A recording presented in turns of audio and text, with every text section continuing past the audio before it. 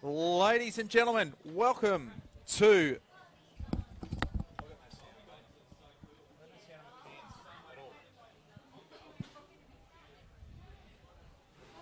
Should be coming through here. I've got no sound in my cans. I've got nothing coming through on the stream. Then that's that.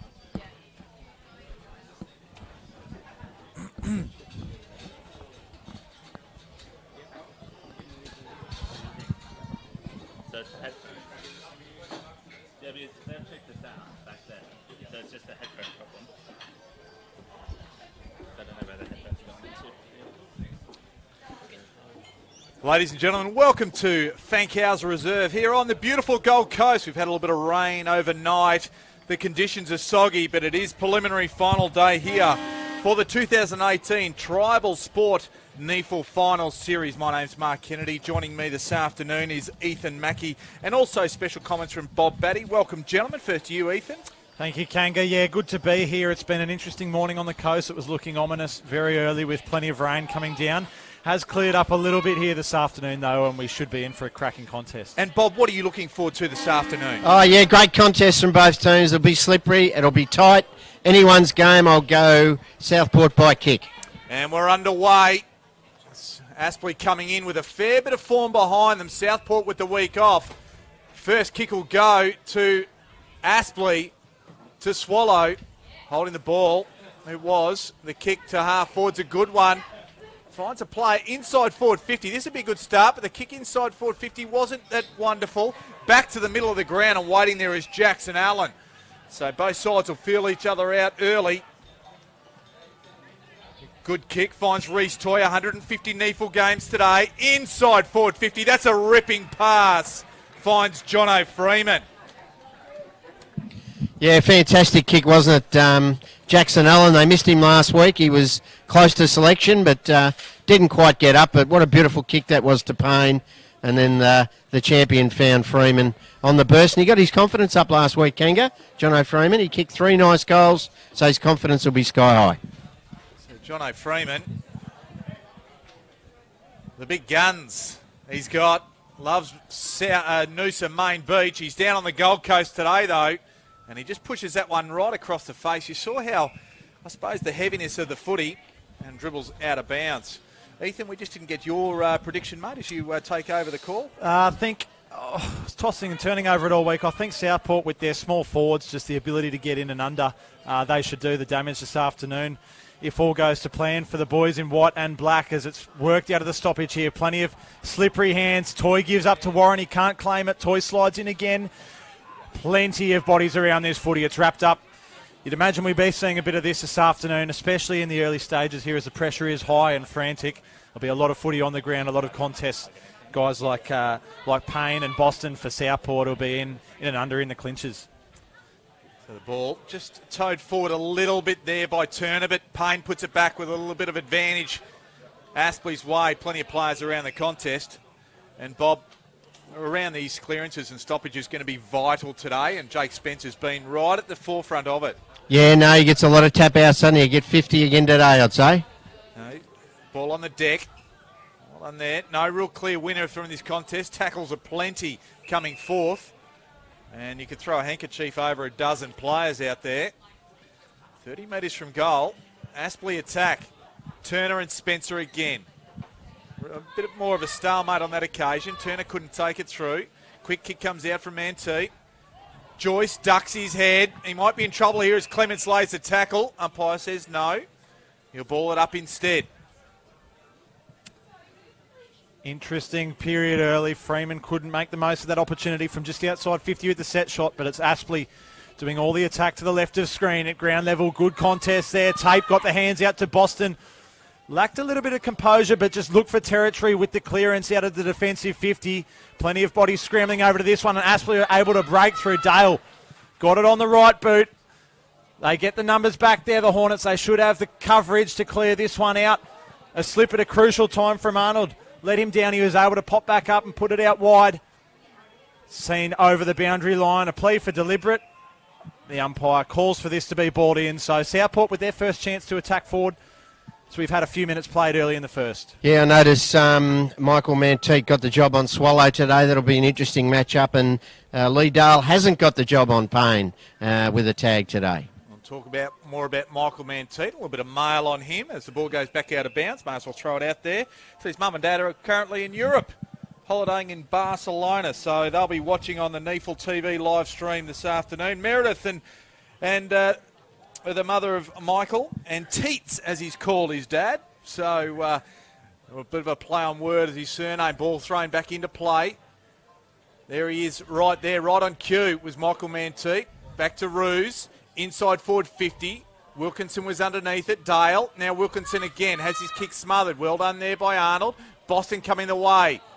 Couldn't quite get anything clean away. Ruse again, just working down that line. Under pressure, the ball goes out. And first real, I suppose, attacking foray for Southport. Could think of worse places to watch footy than in Barcelona, gents. Nice spot to be. Southport and Michael Manteet doing a little bit of attack here as they're looking to put numbers on the scoreboard early. No real clear winner of the ruck there between Baxter and Spencer. Spencer's thrown out of it. Probably could have been a free kick on offer, but there was nothing. Scrap forward. The kick to Gross went about 8 metres and he bombs it out. But Tyler Ruse is there, on cue, just at the top of the 50. He opts to come back into the corridor now, and they have a bit of a chance to set up. Davis with an early fumble, but enough time to recompose himself. The kick was a good one into Baxter. Gross was wearing him like a glove then, but Baxter with a couple of metres, able to take that one on his chest, about 48 from home. Yeah, great start from Tyler Ruse. Another boy from Sandringham Dragons. They call them the Fab Four, don't they, Kanga? The 4 Sandringham Dragons boys. You got Manteet, Clayton, Wilkinson and Ruse. Stuck together like glue. And great pass there to Baxter. So Baxter will kick from a similar position to where Freeman did down the other end only minutes earlier. Can the result be different? It looks right off the boot. It never looked a great chance. The distance wasn't an issue, but that is Southport's first minor score for the afternoon. So they take the lead on the early doors here this afternoon. Clouds clearing. Heavy ball though. Jackson Allen brings it back into play. Targets Gavin Gross. Just knock him out of the way there. Illegally was Josh Baxter. So Gavin Gross will come up with the free kick. Goes down towards Freeman. Rode it early. Did well. But couldn't quite hang on in terms of keeping it in the field of play. And just down here, with the contact Tom came Ellard. was Ellard. Yeah, so no good that. And he's a little bit ginger. Looks like might be a bit of an ankle as he came down. A little bit of fire, push and shove in this right in front of us here. Josh Clayton was involved for Southport with a number of others. Dale gives the handball out. A scrub kick forward. Great pressure on this footy, but Aspley have the numbers. Although Southport swarming this contest on the boot and forward.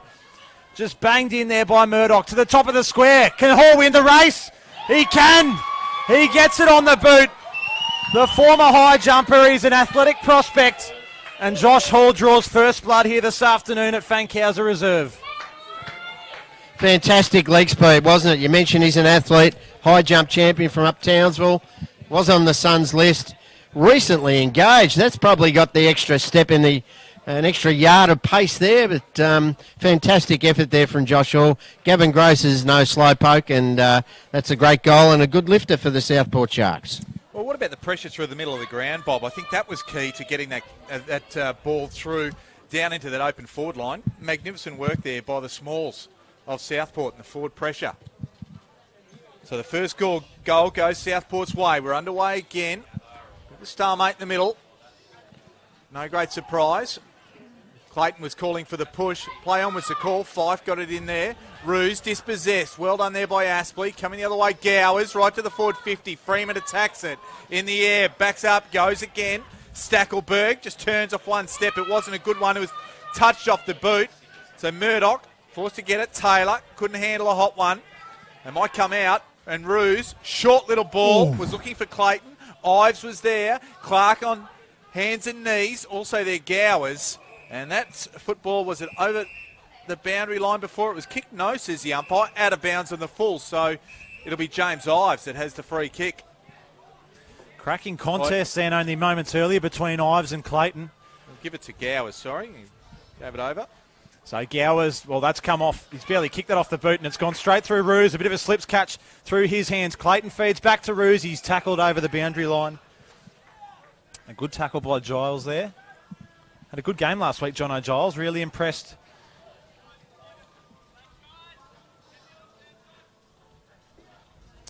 So the ball going to be thrown back into play 40 metres around. Aspley attack. Just engaging early was Turner. On Spencer, Fife. Turner kicks it long off the ground. Hall was there, but well done there by Jasper Craven. He can put it back deep inside forward 50. Good that mark. is a good pack mark under the conditions. And that was Ryan Davis. And then nobody really on the mark, so he just lobs it through. Clayton wasn't the intended target, but then just bats it off the ground long. Stanley leads the charge. Wilkinson applies the pressure. Well done, and he wins the ball inside forward 50. The foot race is on, right to the goal line. Which way is it going? That's a good kick off the ground. Hit the And post. I was getting a bit excited before I should have. A little bit early It there. looked like it went through from the naked eye. Cody Firewood liked it. He did. The boy from Surface Paradise. So they add just the minor. So back into proceedings here. Aspley dodging a bit of a bullet then. The frantic movement forward from Southport is good at the moment. Get it forward at all costs. Over underneath that one is Doran. Feeding back and dancing through a bit of traffic was Allen. He goes long up the wing. Batchelor intended target. He can't quite get to it. A good one-on-one contest out there, and Southport scrub it forward through tape. A wobbly ball inside 50. Firewood, great body work. Couldn't quite wrap the mark in. Gross clears, but only as far as Doran out on that far side. He opts to come straight back in to the top of the square. It's a good kick in. Wilkinson attacked. Aspley able to hold off through Ives, who gives the handball out, and they can spread. Well, they've got numbers here. Payne was forward of the ball. Open forward line, so the foot race is on the other way now. Stackelberg and Murdoch. Stackelberg off the ground. The first for Aspley. Gets things going back their way, and you can hear they've got a fair bit of support down here at Fankhauser Reserve. And 2 points the margin in favour of Southport after Aspley's first goal. 1-2-8 Southport. Aspley, one straight goal. He played 11 minutes of his first quarter. Yeah, Matthew Payne given too much space then, wasn't he? He always uses the ball well. It was a beautiful kick to position, but good work, Stackelberg. He impressed me last week. We mentioned a lot of their youngsters last week. Dale, Craven, Giles, Hayden. They had a lot of good young players, and he was one of them, Stackelberg, and good goal for Aspley. So Turner wins the tap out towards Boston. He's heavily held by Swallow in that contest at ground level. It's only moved about 8 metres outside of the centre circle. The umpire calls for another ball up. So both sides, you think, at the moment here, they're just working out the conditions. That kick from Payne just identified the space and put that one out in front of Stackelberg there. It's the way it's going to be played a lot of this afternoon with how slippery the deck is here as it's moved out on that far flank. Aspley just doing a bit of attacking. Boston gets his head in, danced around two, chucked it on the right boot. He got taken across the chops. In fact, it's going the other way. He fended off too high, so that's why the free kick goes towards Swallow. And Swallow goes out wide. And they'll bring the ball in here, Aspley. Nellis had front spot. There was James Nellis. Ryan Davis tried to go off the deck and missed it almost totally. Ruse makes a better fist of it. Coming to meet the ball now is Baxter. Clements couldn't handle it, so just kicked it quickly. Firewood on hands and knees. They go hard now. And it was Hayden involved there. The ball just spills out. Leading the charge back there is Gavin Gross. Can look steady. Delivers. Well, he's looking for Ives. Couldn't hit him. 5. He'll win the free kick for a push in the back. I'm not 100% sure about that one, Bob. That looked like a reasonable tackle to me. I think he might have just fell him right at the end, but it was a good tackle, I thought, initially. So Dylan Fife off the left slipper. That's a shocking kick, but it's turned out all right on that far side towards Baxter. I don't think he was the intended target in the first place. Wheeling around and going long inside 50. Underneath that one is Johnson. Over on that flank, and it's seen out on the boundary line right where the 50-metre arc meets the boundary. So a bit of back and forth slingshot footy in the mid stages of this first term here.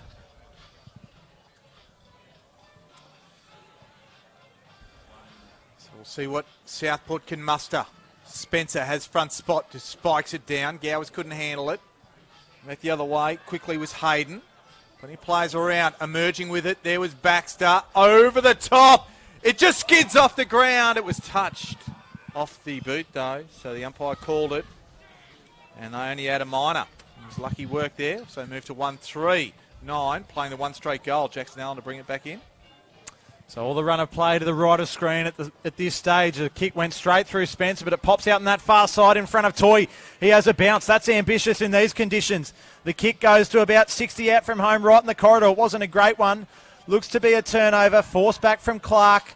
Davis identifies the number out this far side. It's Matty Doran. Marks it just on the half-back flank, and as he takes his steps back, you can see puddles flicking up from his boots. It is certainly wet out there. A great mark out in front of us by Manteet. He's been paid the mark. I think it may have just collected the turf on the way down then, but the umpire was hindered from his view. The long kick up the line from Manteet. Turn of the target. Spencer had front position and affects that one with a big fist over the boundary line. Yeah, look, it's been a great arm wrestle, hasn't it? We've just gone about 13 minutes, and you'd at this stage, no difference with regard to whoever you picked at the start of the game. You wouldn't have had any changes at all. It's really close and really tight in close. So Doran gets it out into the path of Clements, handles it nicely, shoots for goal. It will always offline though, just to the near side. So I know the conditions might not be lending themselves, but you still want to kick accurately, and Southport already won 4. Aspley just the one goal as Warren just goes short. That's a dangerous kick. Finds Mitch Johnson. Takes a mark. Kicks a goal. Horrible error from Aspley on that occasion. Southport kicked their second. Move to 2-4-16. And Aspley, the one straight goal, as we can see on the Tribal Sport replay. Just a little chipping ball from Gross. Just didn't find its intended target. Gave Mitch Johnson far too much time to have a look at it, intercept it, kick an easy goal. Yeah, 50th goal for the year for Mitch Johnson. He's been a great forward for the Southport Sharks all year, and that'll give his confidence no end of a fillip. And look, just a big shout out there for Rob Clements. He's the only player from their 2015 list still playing here at Southport today. So out of the clearance, Swallow lost his footing. Clayton was able to pounce on that and takes it forward once more for Southport. Holding good position in that contest was Stanley. He looks across that far side towards the run of Payne. Just a short ball, and they're content to move by hand here. Warren out in that far side. Had a super game last week against the Lions. That kick wasn't his best effort. And is well cut off by Taylor out on that flank. And Jordan Taylor has done well. Cut a few attacks off. Now, Southport go deep inside forward 50. Gross with the double fist up. Payne, first man there, just puts it into the path of Freeman. Hayden, coming the other way was Turner. That was sloppy and clumsy. Lucky it's only a free kick. You see that one, Bob? Yeah, no, it's certainly a pretty lackadaisical from Turner. He needs to get down a bit lower, doesn't he? A little bit careless in these conditions. A long ball and a good set of jukes. Nellis on the right boot. Roos was able to cut that one off, but through his hands again. Tricky conditions out there. Swallow feeds the handball over towards Ives. Diving on the footy there, Roos might have been in a little bit of trouble. It spills out, and this ball's only gone about 5 metres. There's a number of bodies around this one. Testing out there. Clark to Doran. Back to Roos. A scrubby kick off the right boot finds Boston. And in all the madness, he was able to be clean. Takes the mark just outside the defensive 50, and a little bit of composure prevails and just holds it up momentarily. And Boston goes out wide. Dale picked it up well and then had to handball to himself. Johnson through his hands. Baxter, likewise. Pressure comes. Johnson again gets it back to Dale. So second effort's good. Half forward now. Over the top there. And working hard is Wilkinson. And wrapping up his opponent. There's Hayden back there. So on the half-forward flank outer side, we'll have the ball thrown into the air by the umpire. Now again, Turner. And that'll go Turner's way, I think, as Freeman, who's in the ruck here, just tried to block his run at it. Turner just puts it in deep, quick. Dale, he was happy to concede and just rushed the ball through for another behind. So extends Southport's lead now to 11 points. Just winning contested footy, just a little bit better, aren't they? Around the packs, Boston's been good. They've had some real goers in their back half as well. Jordan Taylor, you mentioned, Ryan Davis, Reece Clark. They've been solid back there when the ball has come up there. Certainly getting their hands on it around the contest, and you feel that they should almost be a couple of goals further in front, Southport. All the attacking, or majority of, to the right of screen. As the ball's thrown up, plenty of bodies around this footy once again. Dale gets down to it. He's lassoed over the boundary line. Just some quick stats there. Tyler Roos, 7 disposals so far in this game. Ryan Davis, 5, along with Baxter and also Clayton. Matty Payne leads Aspley with 5 disposals. Gavin Gross, Gowers and Swallow, plus a few others, have 4 apiece here. Ball back into play. Turner working hard at ground level. Fife up to Boston, met heavily by his opposite, number 5, and a co-captain in Ben Warren.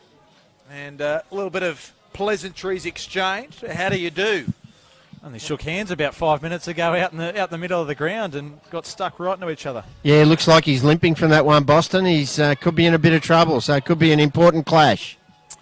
Down at ground level, Gross, the big fella, gets down and picked up well. They're able to just run this one out. Aspley, there's numbers back for Southport. Davis was one of those in the bright orange boots. He switches across to another pair of bright boots to Roos. He's had plenty of the footy lining up for his 8th kick of the first term. Looks back and wants to go to Davis, but was well covered by Stackelberg. The long kick up the line. Spencer was there. Turner put a big hip and shoulder on Swallow. He feeds back to Clark. Off that left boot, inside 50. A good kick and a good set of hands from Wilkinson. Very safe. Had 2 cracks at it and took it on the second bite of the cherry. A good kick to the fat side. Firewood the target as Boston limps to the boundary line, and these are worrying signs for the Southport skipper. Yeah, it certainly is. I'm not sure if it's a cork. Looked like a full body cork, didn't it, Kanga? In the with Benny Warren. Yeah, we've already seen a player come off earlier on. That was Ellard, lower leg injury. He's gone up to the room, so they wouldn't want to be 2 men down. All back on ground level. Firewood goes around the corner, nobody there. So now the ball with Hayden. Goes out wide. And the man running onto it was Craven. That's a good kick down the line. Finds Batchelor, the Tasmanian. Right on that outer wing. Looking for targets, just decides to go with a little chipping ball. And finds that player in Swallow under heavy pressure. And he'll look to see what he can do with it. Most of Aspley's attack done out that far side as well. Generally doesn't hold as much water here at Fankhouse Reserve as this near wing. Looks to suit their game style of possession and kick to kick. The kick inside 50. Freeman, well, he nearly pulled that one in. He's wrapped up in a good tackle. Clark was the beneficiary of the wayward handball. He puts it high and wide and out of bounds on the full on that forward flank. So Aspley with another go here. Ives will be the beneficiary of this free kick. In fact, it will be Stackelberg. We'll go with Beardsall. Yeah, I'll go Beardsall. Billy Beardsall lacking a bit of height on Stackelberg as Beardsall. The kick inside 50. Spencer bumped out by Turner. Freeman might have had a claim for a free kick in that circumstance. The ball's still not wrapped up here. Umpire content to let proceedings continue. The back of this contest, Clayton off the ground. Couldn't get good purchase on that kick. This ball has managed to get outside of the defensive 50 of Southport somehow, but it looks to be coming back in a hurry. Arnold, a little pitching wedge out in front of Freeman. Had a good run and a jump at it. He was able to break away from his direct opponent. Freeman off the left. Davis on the goal line. Touches it. It still hasn't gone through. Bit of a Mexican standoff there between Davis and his direct opponent in Stackelberg. And the kick out this near side finds Doran. That was Lux of Fortune there, wasn't it, Bob? I think the goal post actually helped him stay in play then, but yeah, it was an interesting one. And the kick was lucky to go into the hands of Doran, but Aspley, they might be able to get it back in. Stanley, get it back that way, and ends up now with Arnold. Arnold just goes down the line looking for Benny Warren, and on the knees and sliding just before the boundary line, he clasps it between the two nipples, loads it up, But like my golf, just slices it. Baxter, and he's down in defence, just tries to paddle it his way, but only gave it to Craven, who can put it inside forward 50 and find Stackelberg. Probably wasn't the ideal way to do it from Josh Baxter, just to hit it indiscriminately out of that stoppage, Bob. Yeah, look, it was right in the corridor, wasn't it? It was a dangerous spot to hit it to. And little Jasper Craven, he's a much improved player, son of Danny of St Kilda fame and coaching fame around Brisbane. And Jasper Craven, nice kick there, and this is a big chance for Stackelberg second. Stackelberg kicks it from 35.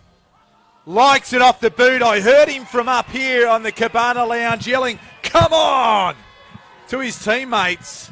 It's a second one for Aspley, both to Connor Stackelberg. And Aspley, they narrow the margin now back to 5 points, some 24 and a half minutes played this first quarter. Yeah, an important goal, wasn't it? They've had 7 shots at goal, the Sharks, so they've had some opportunities down there.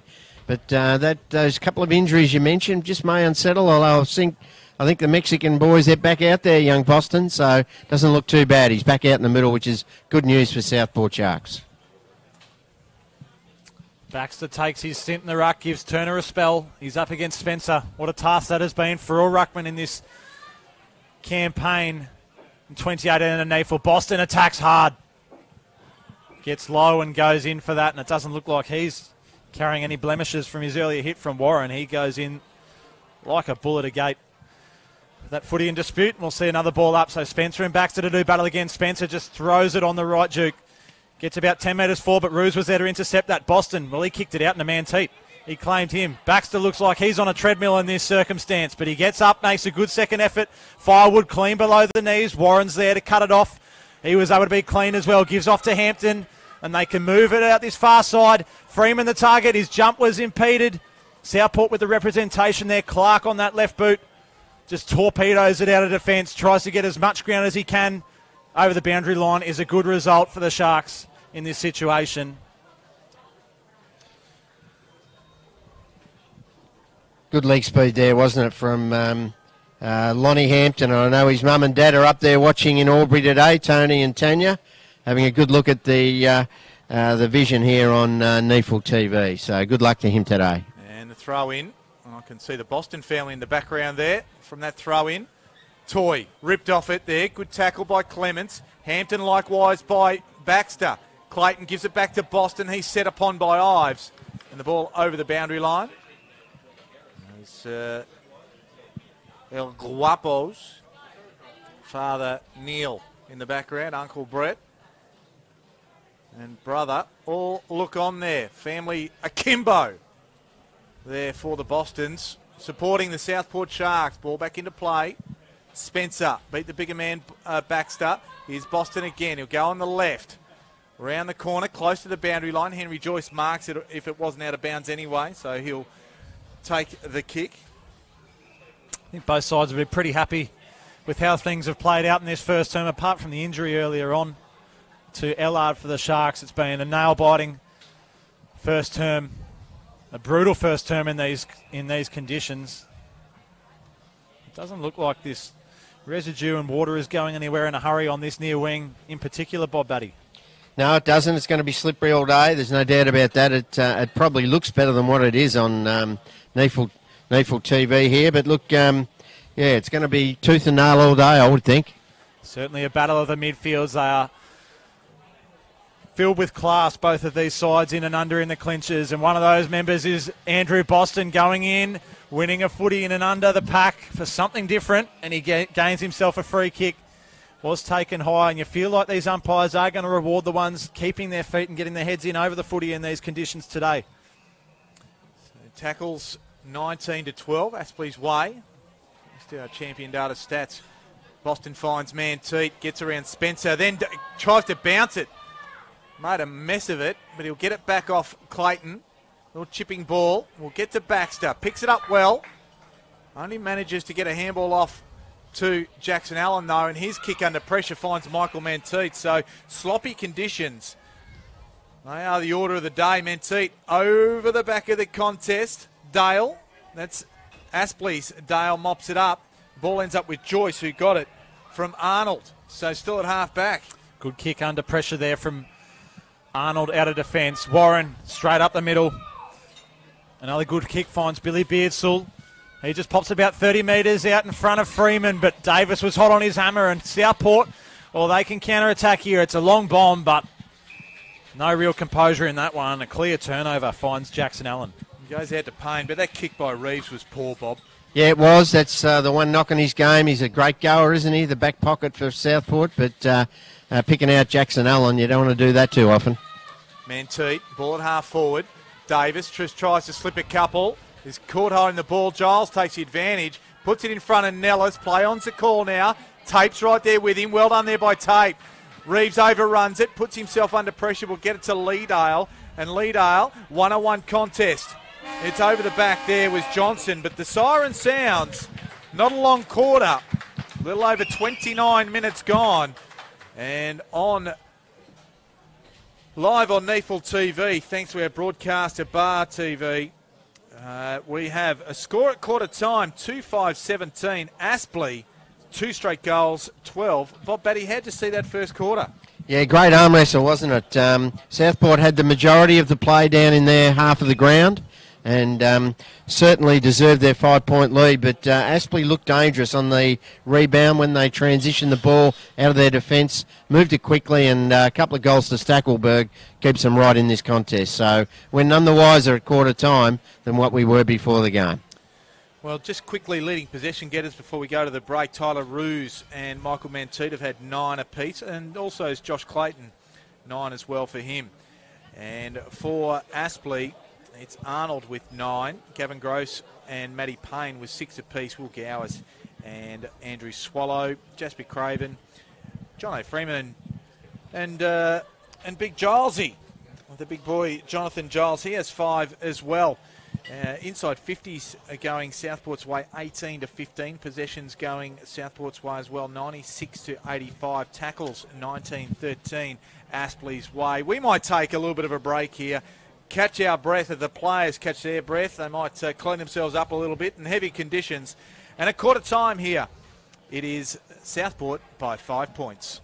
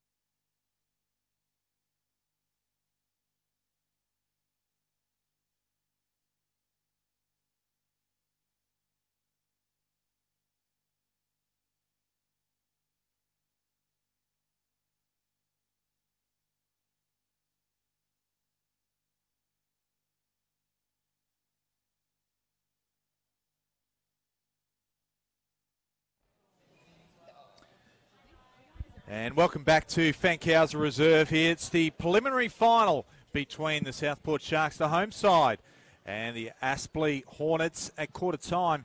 It is Southport, the home side, 2-5-17, leading Aspley 2 straight goals.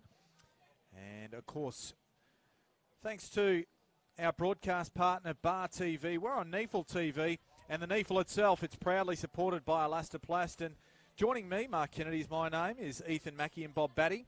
Really competitive first quarter. What are we going to see? How's the game going to break open here, Bob? Look, it's going to be hard, isn't it, to get it? It is a real arm wrestle. Aspley looked better on the rebound and transitioning from out of defence, but Southport probably got the numbers at ground level a little bit more around the pack. So, look, they just got their nose in front, Southport. That's probably... the end they kicked to is probably just a little bit of a scoring advantage, in my opinion. The smaller forward line of Southport, is that an advantage, obviously, in these conditions? I think so. Look, Baxter and Johnson both look dangerous, don't they? Baxter, the second in Neefle all-time goals, looked very dangerous in that first quarter. He'll be a real danger. I just saw Baxter throw a bit of grass up into the air and it landed straight in Gavin Gross's eye. A little bit of by-play there as we're underway. Again, this is the voice of Ethan Mackey.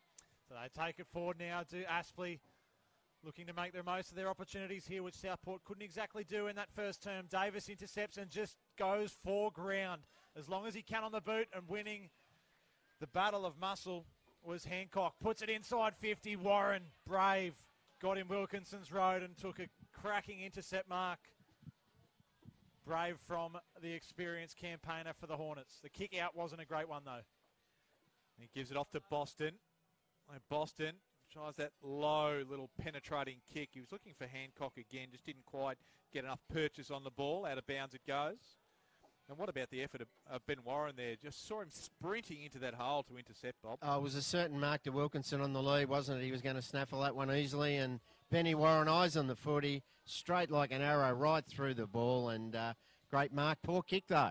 Got to improve that. Spencer got it down. Swallow takes it. Hurried kick.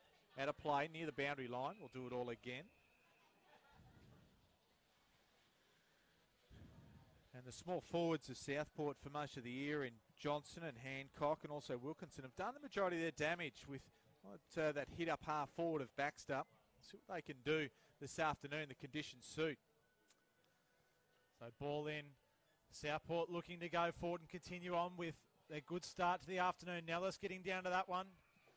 Wasn't Nellis, it was Stanley, and he's just assisted that one over the boundary line. So a bit of a lull here in early proceedings in this second term. Score has not changed. Southport still the 5-point leaders. Firewood looking for a free kick there from the umpire for incorrect disposal from Jasper Craven. It's going to be handy too, Firewood, up forward. Ball back into play. Spencer assumes front spot at ricocheted onto the arm of Turner, though. Ball at ground level. Boston, as usual, going at it. Just gave it straight away. Reeves just gets a little quick forward. Dangerous now. Hall. Athleticism. And he just didn't get it on his foot properly with the pressure of Stanley. Right there with him. Ball spills out. Right beside the point post. We'll have a throw in. Probably a better result than that one trickling through from behind off Hall's boot. Just a battle of territory here this afternoon. As the ball's thrown in. Turner out of the ruck. In fact, it was Hall getting his hands in there again. Try to assist it to himself. Fed back from Clayton to Boston from a tight angle. Just across the near side. He's looking dangerous here in the early stages, Andrew Boston. Always a big game player. He's had a good start this afternoon. Yeah, no, he has really started well, hasn't he? 4 years at the Suns and that experience, you can tell that he's really got in his sights a big game today. So Jackson Allen kicked it back into himself and then kicked it straight to Seb Tape. And Tape just lobs it up with the left foot. Wilkinson approaches. Just off his bonce it came. Clements applies the pressure. Payne nowhere to go. He coughed it up. And plenty of players around that contest will have a throw out. Some 35 metres out. Southport attack. They're going to the northern end or the left of your screen here this afternoon. As Hall, he'll just try and jump as he does against the bigger man in Spencer. Ball at ground level. Joyce, he's tackled by Clements. So good work from the diminutive forwards to lay pressure defensively and try and tie the ball up. conditions a bit of a bonus as well for Southport with their selection, you'd think, coming in. That small forward line has worked for them all year, and in circumstances like this, it's even better. Off the ground, Payne went to Warren. He fumbled below his knees. Reeves wrapped up in a tackle. Clayton tries to get down, but Swallow affects that. Doran was clean out on this near side. Taped answers around 3-4. Did very well. Just held his ground long enough. Doran on the boot. Payne trying to intercept that one. Boston getting in. This footy looks like it's completely wrapped up in and under in that contest. Payne working his way in as well. Only had the 7 touches. But in no time at all, Matty Payne will be up around that 24-25 mark, and he just goes about his job. So Spencer takes front spot. Just uncontested. Payne couldn't take it away. Gross. Just try and pick it up. He tried to get on his left. Couldn't do so. Baxter laid the tackle. Turner comes through. Feeds the ball out. Baxter again off the ground. And it just ripped off the ball. Was Cody Firewood. And that was by Jordan Hayden, the man with 2 first names. And we'll have a 50-metre penalty. So it's a free kick plus a little bit of extra yardage. Bob, did you see that one? No, I missed that one. Missed what the 50 was for, but well done to Cody Firewood coming back from a knee Rico. Missed the whole 2017 year. Initially from Mackay and on the Suns Academy. This will be a great fill-up for him. So Firewood comes in, kicks the easiest of goals. The pressure of Southport in their forward half has been telling. And on that occasion, it's helped really manufacture that goal to Cody Firewood. So they move away to a 12-point lead, 3-6-24.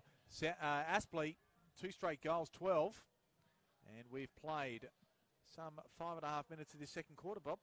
Yeah, handy little lead. Their tails will be up now. Their forward structure, Ethan and yourself have touched on it. The smaller forward line, keep the ball in, get the territory battle, win that, and get the ball quickly forward. And a good response there from Cody Firewood. That'll give him a lot of confidence. He's kicked 7 goals, and this is just his 3rd NEFL game this year. So great comeback from him.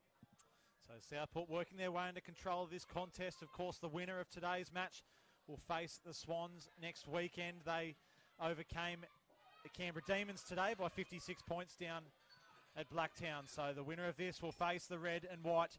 Joyce out of defence. The frantic pressure from Southport keeps coming. Dangerous from Fife. Slid in. Surprised the free kick was not paid for that one for below the knees. Johnson had a chance. Fumbled it. Goes forward to the top of the square. Wilkinson attracted a bit of attention down there. Wrapped up at the top of the square. Our umpire is circling. He's interested and he'll pay holding the ball. Yeah, all day. He peeled that back in, Bob. Yes, he did. Yeah, no, it was a definite free kick, but they're looking dangerous, aren't they, Southport? That kick out just hit straight on the frizzy mop of a head of Jake Spencer. And right in front of us here in the NEFL commentary position, there is a scrimmage. Umpire says, stop that, give that to me. I'll ball it up close to the line. And here we go. I like the work of Jed Turner. He hasn't won the headouts, but he's nullified the influence of Spencer and does it again there. No real clear winner. Mantita at ground level. Ives there as well. Ball ricocheting around off the deck. Hall can't take it with him. Dale, that's Brad Dale, gets it up. Hampton, his handball misses the target. Davis puts it back the other way. In front there was Cody Firewood at half forward.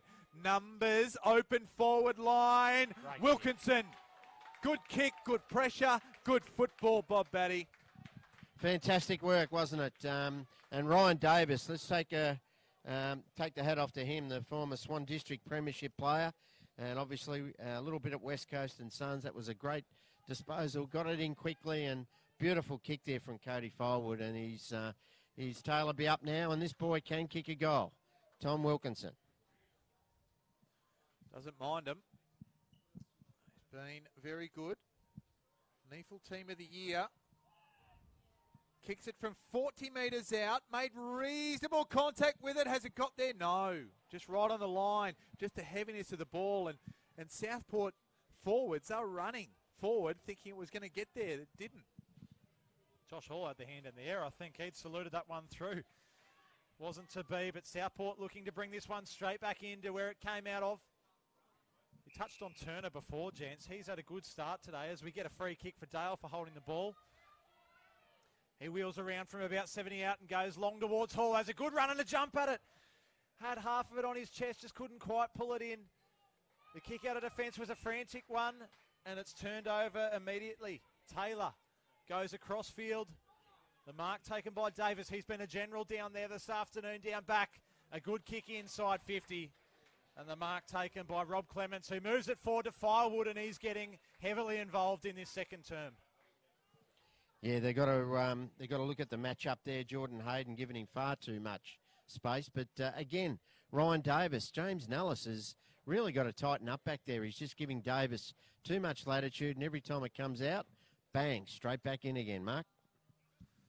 So Cody Firewood, the young man, the Surfers Paradise product, initially from up north, comes in a very relaxed approach, looks left off the boot. In fact, it has only just registered a score across that far side of goal. So I think Aspley coming out of defence in the last 5 to 6 minutes, they've looked very frantic, just panic kicks, turned over immediately. There's a lot of attack being done by the Sharks at the moment. Jackson Allen assigned with kicking in duties. Taylor, he took front spot. Well done, good hands there by Aspley. Nellis didn't get much on it though. Reece Toy got it from Hampton to half forward it is, but just sitting back there was Brodie Murdoch, and we came in under a bit of a cloud this afternoon. So that extra man warm up. And it was for Brodie Murdoch, but declared fit. Puts the ball very close to the boundary line. Jake Spencer doesn't know the rules. It's got to go out on the full. And clearly bounced inside the line. On the line is in.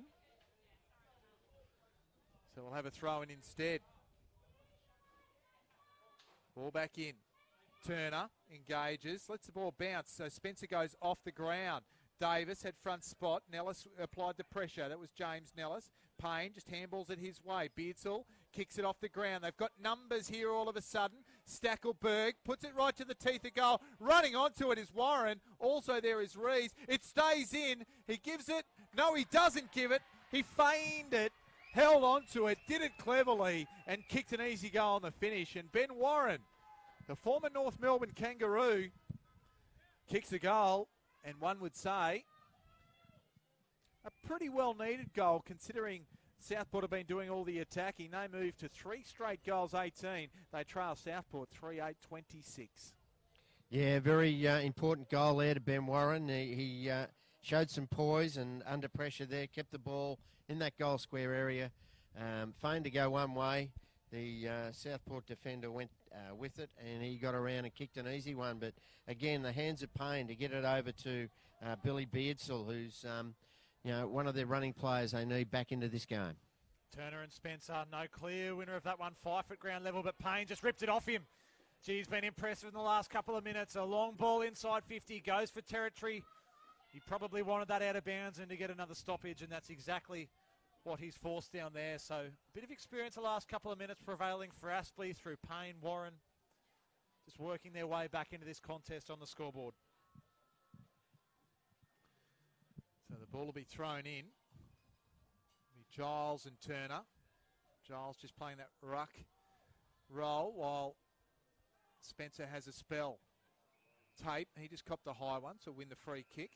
It'll come back to him. So in the back half of the ground, he'll be able to, hopefully, for his side at least, relieve the pressure. The pressure's been on all Aspley despite that last goal by Warren. 3-8. Southport, 3 straight goals. Tape comes out. Fife and Hampton couldn't kick it to 2 smaller men on the ground. It's Fife 161 centimetres and Hampton 175. So not exactly the marking targets you'd go to ordinarily. Yeah, Battle of the Giants, that one. Just not hitting the boot properly, Seb Tape. He's kicking, lacked a little bit of finesse there on 2 or 3 occasions now. The ball back into play. Turner, Freeman in the ruck this time. The ball fed out by Menteith. Only found Warren though. He's holding the ball, so advantage is paid now as well. So Hall, it opens up in front. One-on-one contest here. The ball needs to come to ground for Johnson because Stanley was the bigger man there. Well done there. Hampton involved. Allen turns it over. Lee Dale's there. The pressure comes and arrives nicely. Hampton clears. Hampton clears, but only momentarily. Baxter fumbled it below his knees. He had enough time to make up for it. He slipped over, though. Gives to Roos. He handballs out, and Giles cuts that one off. The big fella It's a tall prospect for a midfielder. He goes long and finds Stackelberg. Wheels around, cuts back in board. That's probably not his intended target, but the kick didn't work out too badly. Pops in there. It's just at the top of the 50 at the moment for Aspley. Looks like it will be held up. And a stoppage will be forced from that one. So Aspley just having a good couple of minutes here, you'd imagine. Umpire to toss this one up and go again. Freeman won the tap out. Ground level Reeves. Well, that's a dangerous handball on the defensive 50. Roos was who he was looking for, but couldn't get it to him. Ives played for a free kick from O'Shea. O'Shea looks like he's caught one in the eye down there on the boundary line. We'll keep an eye on that. No pun intended. As Giles and Boston run this one over the boundary line. O'Shea looks a bit groggy down there. As we've had 14 played in this second quarter. The Sharks leading by 8 points. Yeah, they wouldn't want another injury at this stage. Southport already down. Allard looks like he's done and dusted for the day. Freeman got it down. Southport get the clearance. It was Manteet there that got it away. Lee Dahl working hard around the contest. Picks it up now. Immediately set upon, but gets the handball out. Clemens couldn't take it cleanly. Hampton's there. Lee Dahl goes again. And the ball tied up. On the clubhouse wing here at Fankhauser Reserve, this preliminary final, the winner goes through to the grand final and hosts the grand final. So it's all on the line here. They'll play the Sydney Swans next week, who have defeated Canberra. Plenty to play for. Hampton can't take it with him from the restart. Lee Dahl gets a little chipping ball forward. Jasper Craven handles it well, gets it down to Warren. He does well. Gets it off to Reece Toy. Reece Toy gets around a couple. A little bit of open space in front of him. Defender slipped over. And well done there by O'Shea. Roos. He's just recovered nicely. Reeves now for Southport. Just taps it to the advantage of Murdoch. And Giles is right there with him and applies the pressure to take the ball out of bounds. So Aspley, again, starting to build a bit of momentum, Bob. Certainly have, Mark. They've lifted, haven't they? And it's been their experienced players, and they're also their younger boys. Jasper Craven, you mentioned Giles. They're all contributing and starting to win the ball at ground level, which is good. So Baxter out of the ruck. He's just smacked that one out of there. A bit of a volleyball spike, if you will. Well, you'd think that he's actually happy to soak up the time because he's not the intended or the first choice ruckman. Just to get Turner back in there while he's up against Spencer. Roving it wonderfully there was Clayton off the Spencer hit out. Right to the middle of Fankhauser. He just bounces rippingly for Wilkinson. He kicks it from 60. He's going to try and roll it through. Which way is it coming? To the wrong side. So 1 point it is. What about the roving of Josh Clayton there, Bob? Oh, yeah, great call, Kanga. He went at it at pace, didn't he? And look, he hasn't had a great first half so far, but he's been important. He's kicked the ball off the ground at times that has helped his team, and that was a great bit of play. So Manteet, the turnover was forced. He goes to the top of the square. It's gone through everyone. Big air swing in the spoil attempt from the Aspley defender, and that's slid behind the pack and over for a stoppage. So drying up a little bit here on both sides, getting a little bit more space and room as we move through the midpoint of this second term. Still in the ruck there is Baxter. A big task against Spencer down there. Spencer off the hand, but Clayton sharked it. Baxter followed up well off the right boot. He had the fist up straight away. Very good follow-up from his stint in the ruck, and he's made Spencer accountable in that situation. And he pops through a critical goal to extend the Sharks' lead. Yeah, great work, wasn't it? Again, Clayton was involved around the stoppage. Bigger bodies, aren't they? Look, they're bulkier around the stoppage, and you can just see that even Lee Dahl, players like that, they're just the bigger bodies from Southport are just worrying the Aspley on ballers. James Ives, we mentioned him, Beardsall. Couple of smaller blokes are just getting knocked off the ball, and that was a great bit of work from Baxter. He's been a very good player in this first half. Well, James Ives, just the 2 disposals, which is very unlike him. Usually an accumulator of the footy, along with his midfield cohorts there. Ball back underway. Boston, he just reached for it with the foot. Beardsall just overshoots him. Tapes there. Happy to just run with it. Pushes off Swallow. Gets it back to Michael Manteet. Goes with the long kick. Well done there by the Aspley defence. Well done by Gross. Gets it off to Gowers. And Gowers What's the call going to be there? No real eyes for anything but the boundary line. Umpire says we'll throw it in nonetheless. And it suggests that they're just under a bit of pressure again, Aspley. They had a good patch, but Southport just being pretty relentless in the way they're going about it. Yeah, haven't been able to go on with that momentum that they were able to gain for a few minutes there. Clayton has stepped up in the last few minutes. He goes off the deck, but it wasn't a great kick. Goes straight to Hayden, who switches across the field to Arnold in the bright green boots. A good kick and great hands from Swallow. Feigns for the handball off and just an easy, relaxed kick inside 50. As cool and composed as you like from Swallow, and he pops it to Toy, the 150 gamer, for his chance to pop through his first major for the afternoon. Yeah, look, it'd be a real fillip for the Aspley Hornets, wouldn't it, if he can kick this one. 150 game, been a stalwart of the club and local junior. Be a great goal for the Hornets. Toy gets good purchase on it from about 45. Liked it off the boot, turned around and went to get the high fives from his teammates. And just as we think Southport are wrestling back momentum, Aspley get one against the run of play, courtesy of some really classy work there from Andrew Swallow in the midfield.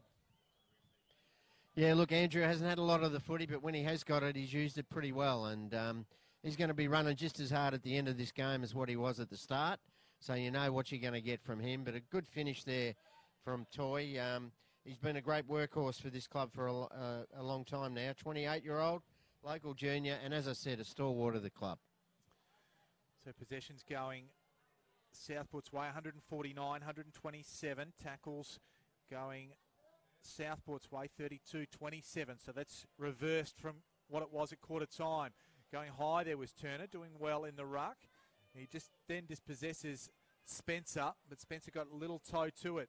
Ruse just hits it to the advantage of Doran and then got it to Fife. Quick kick away. Leading the charge here is Clements. Payne right in hot pursuit. The ball happy to be going out of bounds.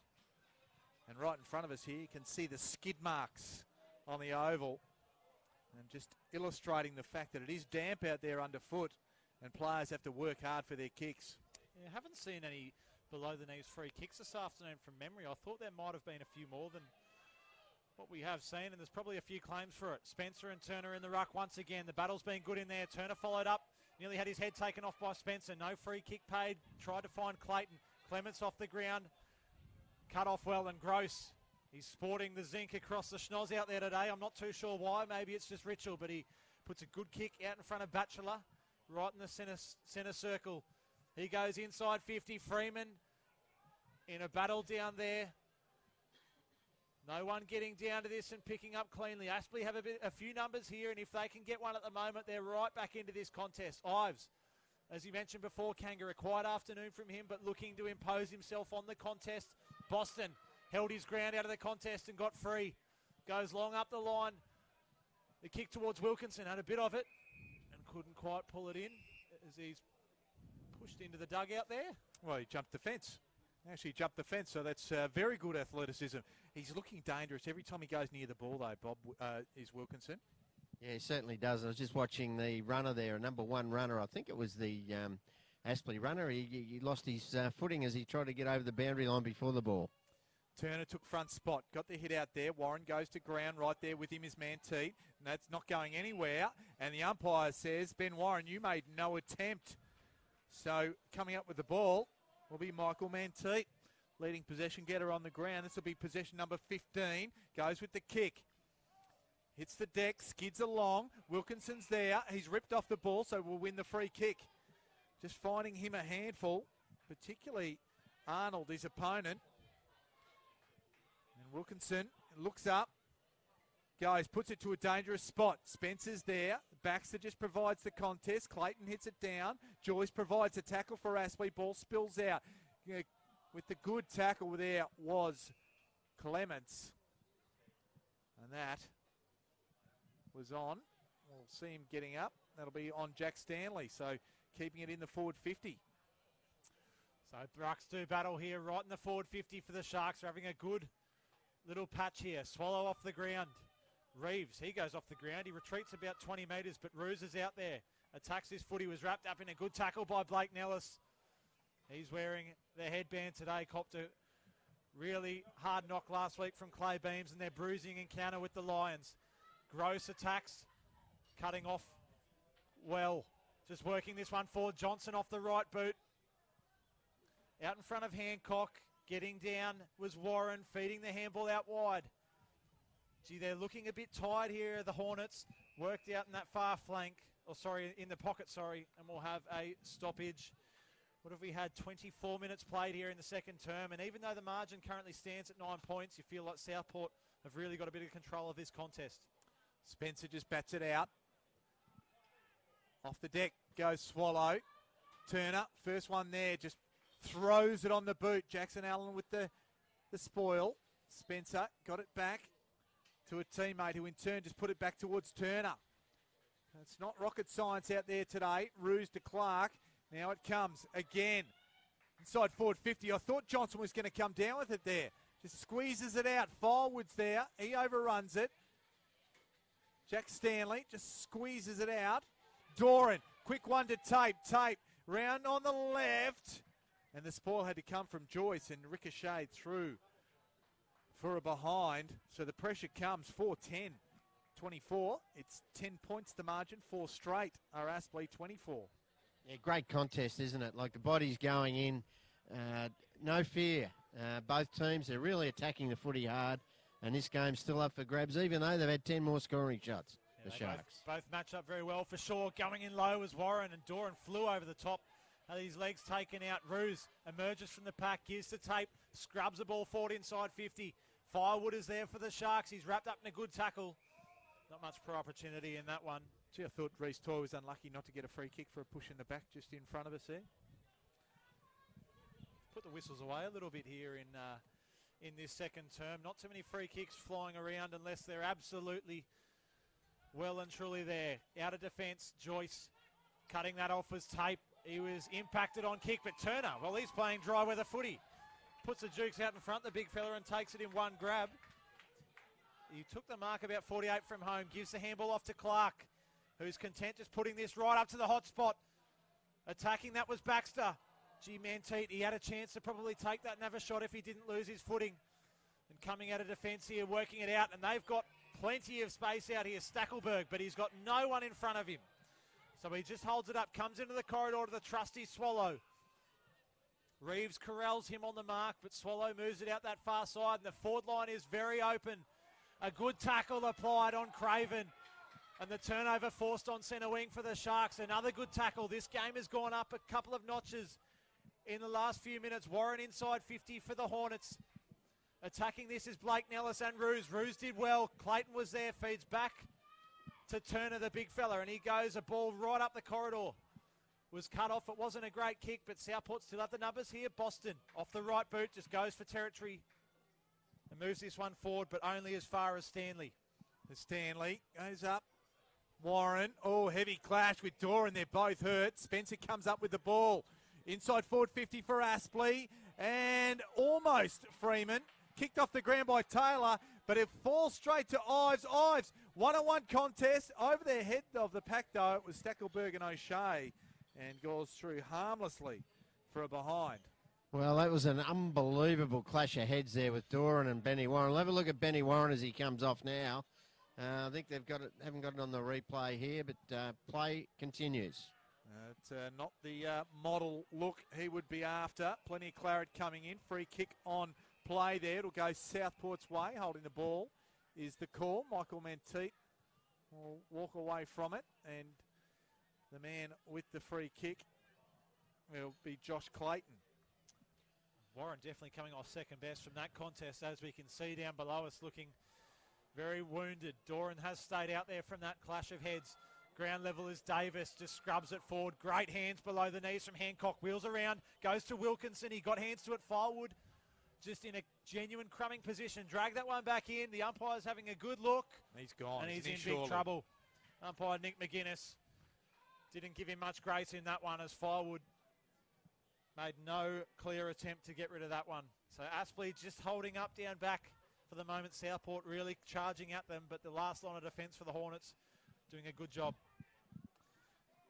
So Joyce just goes long over the back. Tape can't take it. Ives, a little handball.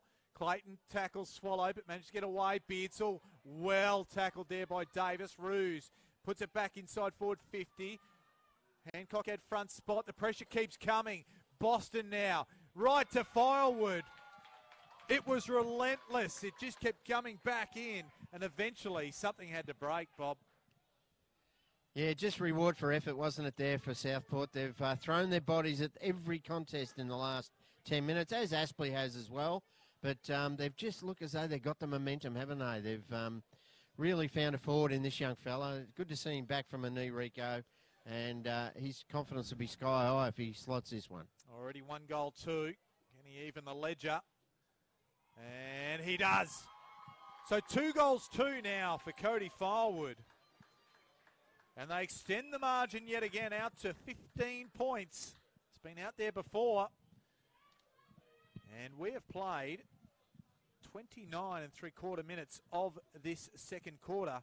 It's been a real arm wrestle, but Southport, you can just see them. They've got the ascendancy. They just can't quite put it right on the scoreboard and go for the throat. Yeah, every time they've threatened to really push forward in this contest on the scoreboard, Aspley have just come back against the run of play. So it'll be interesting to see here in the last few contests of this first half if Aspley can peg this one back, or if Southport get another one here. Well, especially with these conditions, hasn't been the most high-scoring affair as is, so they'd be very confident with how they're positioned going in to half-time. Gross attacks the footy. He had a few goes at it. Firewood, who's in red-hot form at the moment, right in his tail. Gross will just pierce the gap there and goes towards Beardsall. He's wrapped up in a good tackle by O'Shea.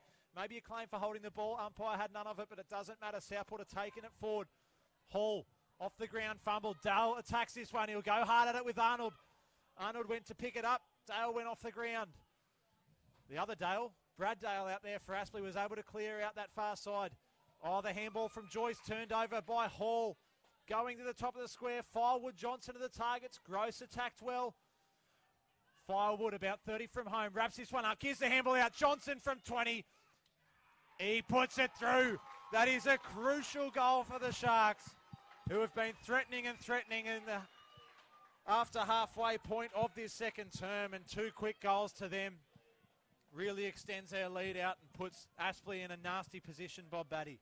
Yeah, look, Cody Firewood coming off. It was beautiful hands, wasn't it? And good work when Josh Hall, he won the ball twice on this half-forward line, one on this wing, and then ran and contested over the other side. Was lucky to get a miss handball from an Aspley defender, but got it in quickly, and great hands from Firewood to give it over to Mitch Johnson. His second, Kanga, the boy from Berwick. The boy from Berwick, indeed. Loves a bit of a selfie. There's quite a few Instagram followers and quite interesting content on it. Turner and Spencer give it to the ladder. Manteet, leading possession winner on the ground. That probably wasn't his finest one. Got it away under pressure. Ives puts it in the path of Beardsall. In hot pursuit there was O'Shea, and under a pool of water is the ball, which scoots out of bounds. We'll have a throw in.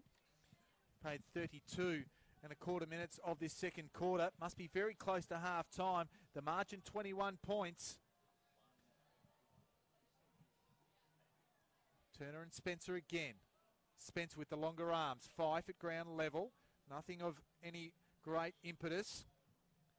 Hampton lays a tackle on Lee Dale, and plenty of players around that. The umpire will call for a ball up there. Turner and Spencer go again. Turner, of course, a member of Aspley's last NEAFL Premiership in 2014. Ives gives Boston a shove in the back. That was shove in the side for mine. That was not a free kick. Yeah, been very good though, Andrew Boston, hasn't he? Been very good, the co-captain, as the siren goes. And you mentioned Jed Turner. He's been most influential, I believe, Mark, in this first half. And he's stopping that real good work of ruck work of the big fella in Spencer. So good half for both teams, but certainly Southport deserved their lead. Well, at half-time, as Bob Batty mentioned, it is Southport in the lead, 6-10-46. Aspley, 4-1-25. I'll get some more thoughts from Bob Batty around who their better players are from both sides in just a moment. Just possessions for the first half, 191 to 155. Southport have control of that. The tackles 46-34. Aspley led the tackle count at quarter time, so that's a big turnaround in their work rate. Clearances 25-16 Southport's way as well, and hit-outs going Aspley's way 29-19. And we mentioned the influence of Jed Turner, but the hit-outs keep coming thick and fast from Jake Spencer just the same. And Bob Batty, it really has been an arm wrestle given the conditions, but it's just been relentless, the pressure of particularly Southport, the way they've gone about it. Yeah, look, Southport defence has really held up very well, hasn't it? Like they've, if you look at the forward structure of the Aspley Hornets, they really haven't had one clear winner. You've had Freeman, you've had James Nellis, you've had Blake Nellis, you've had a lot of their players. I suppose their only one that's probably halving it is Connor Stackelberg with his 2 early goals, but he was a lot quieter then. But you go up the other end for their forward line, and you look at Johnson, Baxter, you look at Tom Wilkinson, and then Cody Firewood. 4 big contributors for Southport in that first half. And look, they've had a lot of clear winners. I like the work of Boston. Jordan Taylor's been good down back. Lee Dale's tried hard. I mentioned Johnson and Baxter. They've been up there. Jed Turner, you can't underestimate the work ethic that he's had. And also Cody Firewood that quarter with Tom Wilkinson. And for Aspley, they're going to need to get Ben Warren back on the ground if they've got any chance in this game. They've got to sew those stitches up and get him right. Matthew Payne's been good. Also, Jordan Arnold's had his handful but tried hard. Connor Stackelberg, as I mentioned, his couple of goals. Jackson Allen, Jasper Craven. But few and far between their better players compared to Southport in that first half. Well-deserved lead. Well, goal kickers for both sides. It is 2 to Mitch Johnson and also a couple to Cody Firewood and singles to Josh Baxter and Josh Hall. While they're not all singles. I just looked down my page properly here. Connor Stackelberg has a couple for Aspley and singles to Reece Toy and Ben Warren. Well, of course, Aspley advanced to the preliminary final with a strong victory over defending Premier Brisbane last week at Graham Road. Let's go and check out the highlights.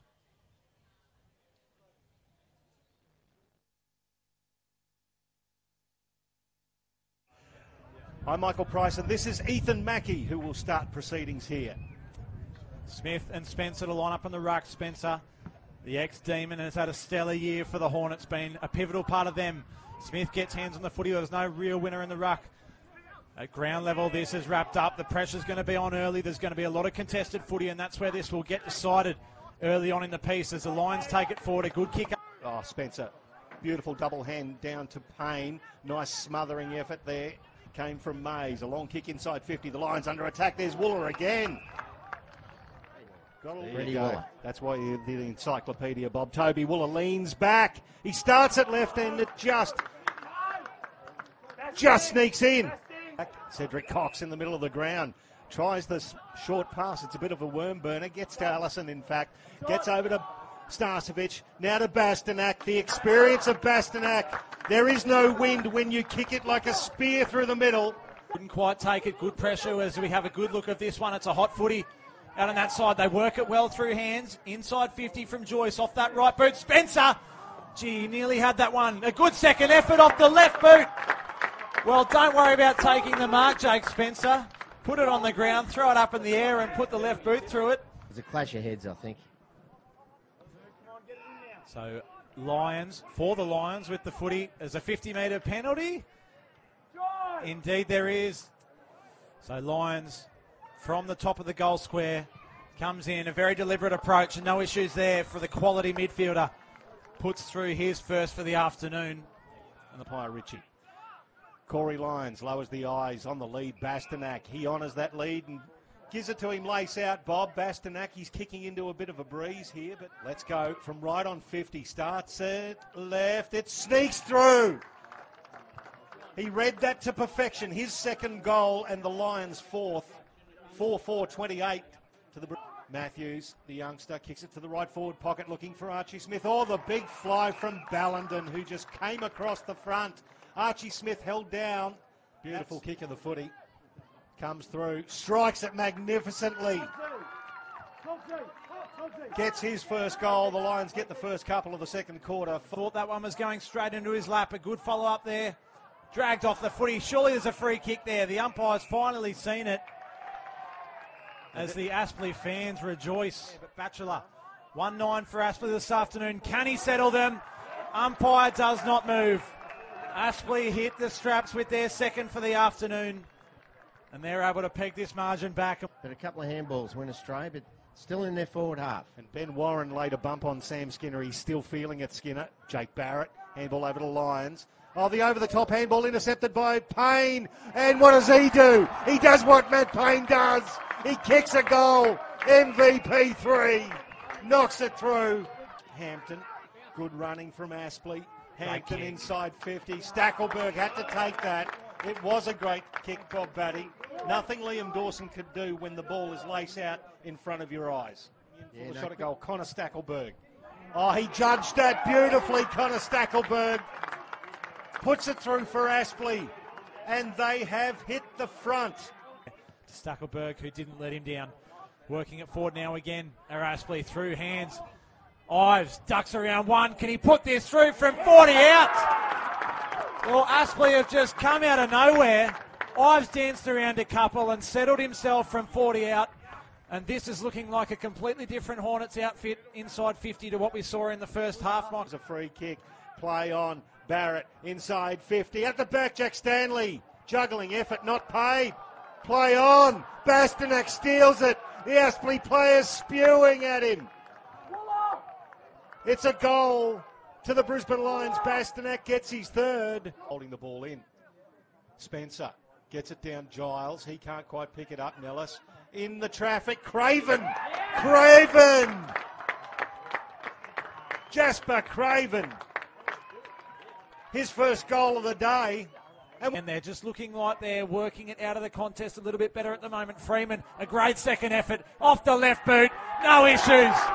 Jono Freeman, it's been 3 quarters coming, but he's managed to put through his second for the afternoon. And plays on. Chips it forward. Puts his young teammate under pressure in Keneally. Turnover inside 50. Giles. Handball now. Beardsall. He kicks a goal.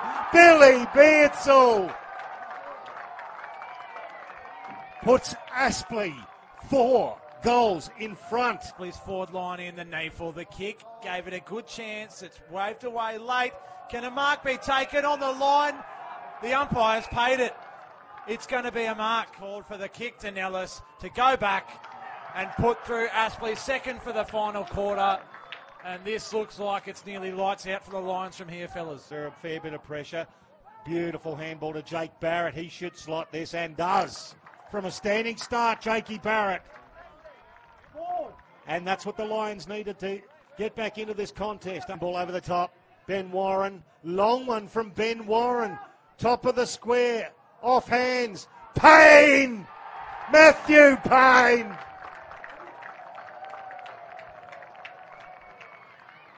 Incredible work. The triple MVP at the foot of the pack. Ball on nicely. He's got some skills. Turns over at this stage. Gross on the left foot. Kicks long. Big fly! Jono Freeman. He's finally clunked one for you, Bob Batty. Work up there on the beach, but look, he's been well held today. Skinner, feel sorry for him there. He's been a great player for him all day. So Freeman comes in, bangs the ball through for his third goal, and that is all she wrote for the Brisbane Lions. First season 2018 in the Neefel. Payne roves, Payne goals, Aspley through to next week. And Matthew Payne with his third goal. The game has gone on. Kicks it inside 50. That's delightful. And finds the other Stackelberg. Stackelberg, the older. Connor. Yesterday. Well done. Connor Stackelberg. Let's go from 45. Oh, that's a ripper. What a way to finish it for the Aspley Hornets. Connor Stackelberg gets his second. And there's the siren. The Graham Road faithful have ridden home. The Aspley Hornets in elimination final 2. They have won by 48 points after leading by 18 at three-quarter time. Scores were level at half-time. The Lions led by 8 points at quarter time. But the Hornets have stormed home in this elimination final. and they will face Southport next week in a mouth-watering contest.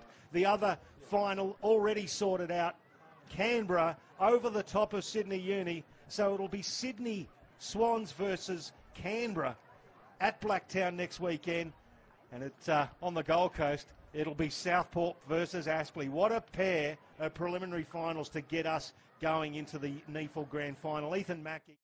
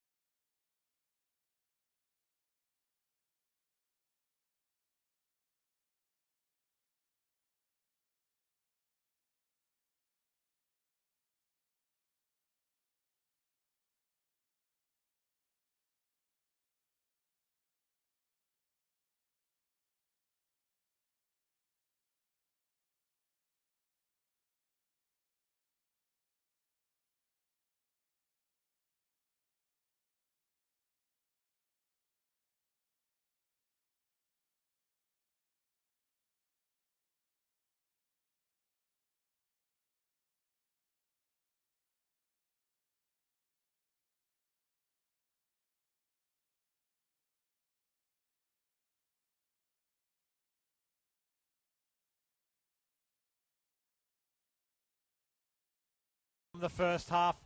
A wrestle down forwards. That's Hancock in there, tackling his opposite number. In Stanley. Wilkinson attacks this. He worked his way into that contest beautifully in that second term as well. Gives to Clayton. He's busy as always. Goes inside 50 with a scrubbing kick. Gross and Baxter. Gross wins the race. The handball was a bit of a dangerous one, but Aspley prepared to run out of defence now. That's a good kick into the corridor to find Blake Nellis. Allen was the one who delivered it. They move it out the far side to Swallow. He goes up that flank to Beardsall, who gets a bit of distance on Turner. Well, that's a mismatch in itself. A good kick into the pocket, and Stackelberg got away from his direct opponent in Taylor. So a good passage of play from Aspley. Probably their better movement for this afternoon when the weather has been at its absolute worst. Yeah, good users, wasn't it? Jackson Allen, they need to get the ball in his hands because he always hits the target. Gavin Gross saved the day back there, and here's a chance for Stackelberg. He's kicked 2 nice goals. Can he make it 3? Stackelberg wheels around, goes for the check side. He made the umpire work early, but it looked to have worked back. Collects the left upright and misses out on an early opportunity there. That would have been perfect for John Blair's men early in this third term. So they go to the outer side. And plenty of players under this contest. Wilkinson is the tackler. The umpire will come in, ball it up. Great to see Ben Warren on the boundary line. Of course, came off with the blood rule earlier today. Head strapped up. Makes him look a bit better, as far as I'm concerned, as play goes on. Clayton. Also there was Henry Joyce. And just one thing I noticed, boys. Southport changing to a fresh strip at half-time. So fresh playing strip. So just feeling that little bit lighter, I'd imagine. Aspley, not quite the same luxury, I don't think. Like the old days where you have a shower at half-time to get all the mud off you. But, yeah, good move there from the Sharks. Good luck to their laundromat. Bit of work to do during the week, you'd imagine, for them. This is wrapped up right in the clinches there. Aspley work it forward. Freeman was running at that one. Great crumbs there. Stackelberg from about 15 out. Could have popped it on the boot off the ground, but opted to try and pick it up. It's a throw. It is a throw against Jordan Taylor. He is pleading with umpire Ritchie, but no grace given. I didn't even have the binoculars on there, and I thought it was a throw, and I'm some 100+ metres away. He had a bit more time, didn't he? He panicked a little bit, which is unusual for Jordan Taylor. He's usually pretty resolute down there.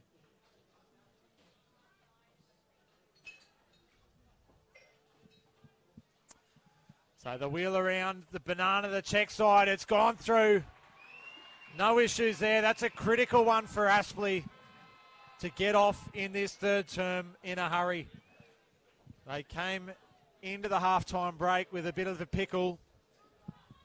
And to their credit, they've come out in this third term and looked a lot better. And James Eyes, well, he was quiet in that first half. He's worked his way well into this third quarter as he comes for a spell to the bench. Yeah, one of the players that needs to lift for Aspley to get right back into it. The Nellis boys are 2 others that need to lift. They need more out of Swallow and Payne around the footy, and they need the big fella, Spencer, to really dominate these clearances to get back into this game. So it cuts the margin back to 14 points. Go again. Spencer, again, we'll be racking up hit-outs all day. Swallow just bounces off a couple, gets it going his way. Beardsall goes off the deck towards Warren. Ryan Davis got it going back Southport's way, though. Clements was the man, the marking target. Reece Toy, little up and under, just batted on. Further Aspley's way. Reece Davis, he's been very good in that first half. Just puts it back. That kick wasn't his best effort and finds Henry Joyce. A little bit indiscriminate. Joyce goes out to that outer side, or at least he stays out there. Spencer's the target and just chiming in there and doing it very well. Michael Mantee, as we mentioned, his family over in Europe. They'll be tuning in. Believe his mother's not too well, so get well soon. Mega, as she's known. Goes forward. Tate comes through, palms one off, and that was Reece Toy, and then just bombs it inside forward 50 and a holding free kick. It'll go the way of Aspley. Brad Dale, he'll be the one. I was just waiting for the umpire to put it up. Bit anticlimactic there. He took a while to let us know which way that was going, as the rain absolutely tumbles down here. It probably does not do it justice on the Neefle TV broadcast. Brought to you from our broadcast partners, Bar TV. Getting plenty of liquid coming from the skies here, and it's going to make it even tougher for Aspley, even though they have got off to a good start here in this third term. Bob Batty, it's going to be quite an interesting task for them to be able to work back in when the weather holds up as it is at the moment. Yeah, 14 points is more like 40 in natural dry conditions, but if anyone can do it, John Blair's team can. You never know with the Aspley Hornets. Clements went to ground. Joyce was the tackler. Dale's there. Gets a quick handball up. Craven to Gross. He's buffeted as he kicks the ball, and out of bounds that'll go. And a little bit of solid action in regard the precipitation, and also some solid body contact being emanating from this contest all afternoon. Spencer and Turner. Spencer threw the foot at it in the finish. Giles and Fife got it. The two Tasmanians. Clayton kicks it his way, then goes again. Clements cops a high one, or at least it was Fife. So he gets up. He threw the head back and won the free kick. Now he'll turn. Not sure where to go. Kicks it on the left. Swings it around. Front spot was Wilkinson. Roving front and centre like a good man should is Rob Clements. The last survivor. Did I hear that right? The last survivor from the last Sharks Premiership. The encyclopedia of Neefle football, Bob Batty. He's got it all wrapped up, and Rob Clements had that one wrapped up as they extend their margin back out to 20 points. Well, I don't know whether it was their last premiership, but from 2015, only 3 years ago, he's the only player playing today from their list back in 2015. But what a great crumb that was. And good work from the little fella. He hasn't had much of the footy today, little Dylan Fife, but that was a high tackle. He used the ball well, got into a dangerous spot. Wilkinson got it down, and Clements was there. And look, for all the good work Aspley have had early in this third, they've just got to claw it back again. Margin back to 20 points, and Boston looks to continue on. Out of the stoppage, Wilkinson tried to take it on the chest, couldn't pull it in. Joyce is there for Aspley. Might have been tripped over by Firewood.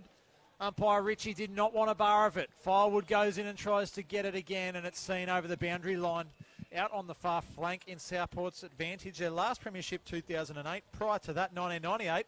Here we are in 2018. They like to do things in decades, do the Southport Football Club. And at this stage, they're looking every chance to march on to the big dance next week against the Swans. Well, many years ago, they used to do things not in decades, but year by year in premierships. They were an absolute powerhouse. Building yet again. Ball at ground level. On hands and knees there was Manteet. Dale. Turner doing well. Second effort's serving him well for his game today. And the kick wasn't his best effort. Just rolls out of bounds. But Southport won't mind that. It's down their attacking end. And they lead by 20 points. I'll tell you one thing I've noticed with Southport and their one of the real tricks of the trade down there is that they don't go to ground. They're always in the contest, in marking and whatever. Certainly keep their feet, and that's what every small crumbing forward would be looking to do. Manteet in that contest. Try to work it out off the ground. No goal there on offer for Clements, looking for his second in only a matter of minutes. They're looking very dangerous down there, the smalls of the Sharks. And Jackson Allen, off the one step, just loads it up. Freeman went high, went early. Boston comes crashing through, feeds the ball back, and they can get it again. Manteet just racking up the numbers. Jackson Allen, good defensive mark as the ball went inside. They just keep on coming, don't they? Inside 50s now, 44-26, so some real dominance starting to emanate from that stat alone. Good work there, and that was from Seb Tape, the co-captain. He'll go on his favoured left. Not the longest kick. Just sits it up, looking for Hall. Can't take it, but he'll go again at ground level. Wilkinson, it has a fresh air shot forward, palms off Payne, but can't handle the cake of soap that's developing in his hands. Joyce gets a handball off Payne. Now he squeezes it out, but only as far as Turner. Used to be former teammates. Maybe he got him confused, Bob Batty. Yeah, former teammates. This will really test him, though. That's a tough kick from 45. With a super heavy ball now after that downpour we've just had in the last 5 minutes. Jed Turner, he fancies himself of going the distance. I'm not quite as sure, I've got to tell you, but he gives it everything. It comes back, but just to the near side. I shouldn't have doubted him with the distance. He had that in spades, just not the accuracy. So the margin out to 22 points now. 54 playing 32, 10.5 minutes gone, second quarter. Third quarter even. Going backwards in time. That one sailed through. No issues there with a few kids getting a few touches behind the goals from Turner's behind. Aspley looking to run this one for Giles, clean below the knees. Rare in conditions such as these. Spencer on the outside to Hampton. To Warren. Well, he's back out there, which is great news for the Hornets after copping a bruising hit from Doran late in that first half. He just pops it up the line just outside 50. Freeman, his jump was definitely affected then. Pleading for a free kick, wanting it. McGuinness won't give it, umpire McGuinness. And just in the background we can see a bit of a rainbow developing. And could it be that there's a pot of gold at the end of that one come next week, perhaps, for one of these sides to progress through to the grand final to play the Sydney Swans? Turner and Gross. Ives quickly off to Giles. Giles, kick partially smothered, only finds Tyler Roos. He just kicks the barrel and puts it out to the wing, over the top of Wilkinson's head, but falls into the arms of Hall. Hall, one-on-one contest. It's Stanley and also Hancock. Ball hits ground level. That spells danger for Stanley, but he's happy to concede off the ground. And rushed. And that will be a free kick. And we go the way. He had no other object than to kick it through and rush it deliberately. Bob Batty, how'd you see that? Yeah, right decision by the umpire. That's what the rule's there for. He was probably 15 to 20 metres out. Wasn't anywhere near the goal square, and just a bit of a brain fade there from Jack. Need to put his body over it and try and pick it up. Hasn't hit the scoreboard today, but this one will be a goal. Not a bad one to kick off proceedings on the scoreboard for Wade Hancock. And Aspley, they fall further behind. 28 points now adrift of Southport, 8-12-60. Aspley 5-2-32. The warning sirens are well and truly ringing here, Bob Batty, at Fankhauser Reserve. Oh, no doubt. There's sirens going off everywhere, I think, with the Aspley Hornets. Southport have really got the bit between the teeth, and they're going to be hard to stop now. This could really blow out in this third quarter. They've got their tails up, and they've even got Baxter going into the ruck. Two kicks from the goal square in that circumstance. Roos with the old-fashioned barrel, and Hall just identified the space inside forward 50. Aspley win the clearance.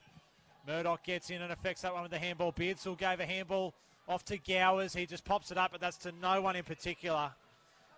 Hanging back at home was Brodie Murdoch, who takes an uncontested mark. He pops out towards Baxter on that far flank, but the speedy Lonnie Hampton is able to pick up and deliver a beautiful ball inside 50 to Batchelor. Just outside 50 is Batchelor over on that forward flank. He pops it up to the hot spot. Spencer, the big man, is there. Off hands, Doran can't quite wrap it up. Gives to Boston. He clears out of there. Great effort from Clements trying to trap that one. He goes, and his second effort was brilliant. Off to Hancock, to Clayton, to Dale. Just looking for territory. Wilkinson attacks. Doing well in that stoppage. Just trying to force this one forward is Aspley. Gowers out on that far side in front of Hampton, getting himself involved in the last few minutes. Aspley are able to hold this up momentarily. Mark Kennedy. So Lonnie Hampton goes down the line. The kick wasn't a good one, and there is Michael Manteed again. This is possession number 19 for him. 5 tackles, 4 marks, 3 clearances. And the one behind to his name, and also the one inside 50 goes long down the line. It was Baxter there, just trying to impart something upon his opponent to take the ball. Clayton around there as well, but Ives just gets it going Aspley's way. Spencer was the man trying to come to meet it, but Tate was up to the task to get the spoil away. Out of bounds it goes. Just forward to centre, out of side. And The defence has been good, hasn't it, mate? 28 points better is Southport's defence than Aspley's attack. Very good structures behind the ball all day. They've been set up to quickly cut off that panic kick out of defence from Aspley. Over on that far wing, there's a plethora of numbers around this ball. Umpire Andrew Adair calls for it and has another ball up, so a genuine centre wing position. Baxter and, is that Gross having a stint in the ruck? Unfamiliar territory for him. Out on that far flank for Aspley, looking to take it forward. Ives gives a quick handball back to Hampton, goes back to Ives. Through the hands like a slips catch. Gone begging, and that's over the boundary line on that forward flank. So we've had, just pushing through the halfway point of this third term, 16 minutes played. And the Sharks, the current beneficiaries on the scoreboard, 28-point leaders. I want to change things up here, so they've gone with Gross in the ruck. Baxter, though, won it. Hancock just leads his opponent a little bit of a merry dance there. Gets around on his left, goes to half forward. Lee Dale off the ground. He'll go again and toes it. Just puts it deeper again. Makes it a foot race yet again. Wilkinson, he just couldn't kick it in the direction he really wanted to keep it alive and the ball out of bounds. They just find a way to keep pushing it forward and keep pushing it forward. Just maintaining the pressure and keeping it all happening there, Bob Batty. They do, and just love the leg speed of Tom Wilkinson there. He made up 5 metres on the Aspley defender then, and he's been a very good player for him today. So Boston sharks it from the clearance, put it right to the teeth of goal. Wilkinson and Jackson Allen were there, and the bigger body of Jackson Allen on that occasion just showed his experience and put it through, rushed it, margin out to 29 points now. Only the 7 touches today for Wilkinson. In that, though, 5 inside 50s. And every time, I know you've mentioned it a number of times, Bob Batty, he's come at the ball. He's just looked like a threat. And a real handball for that Aspley defence back there. O'Shea clean below his knees. Bombs high to the hot spot. Plenty of bodies down there for this one. Ground level, attacking that footy was Cody Firewood, who had a very, very busy second term. In fact, it wasn't Firewood, it was Rob Clements.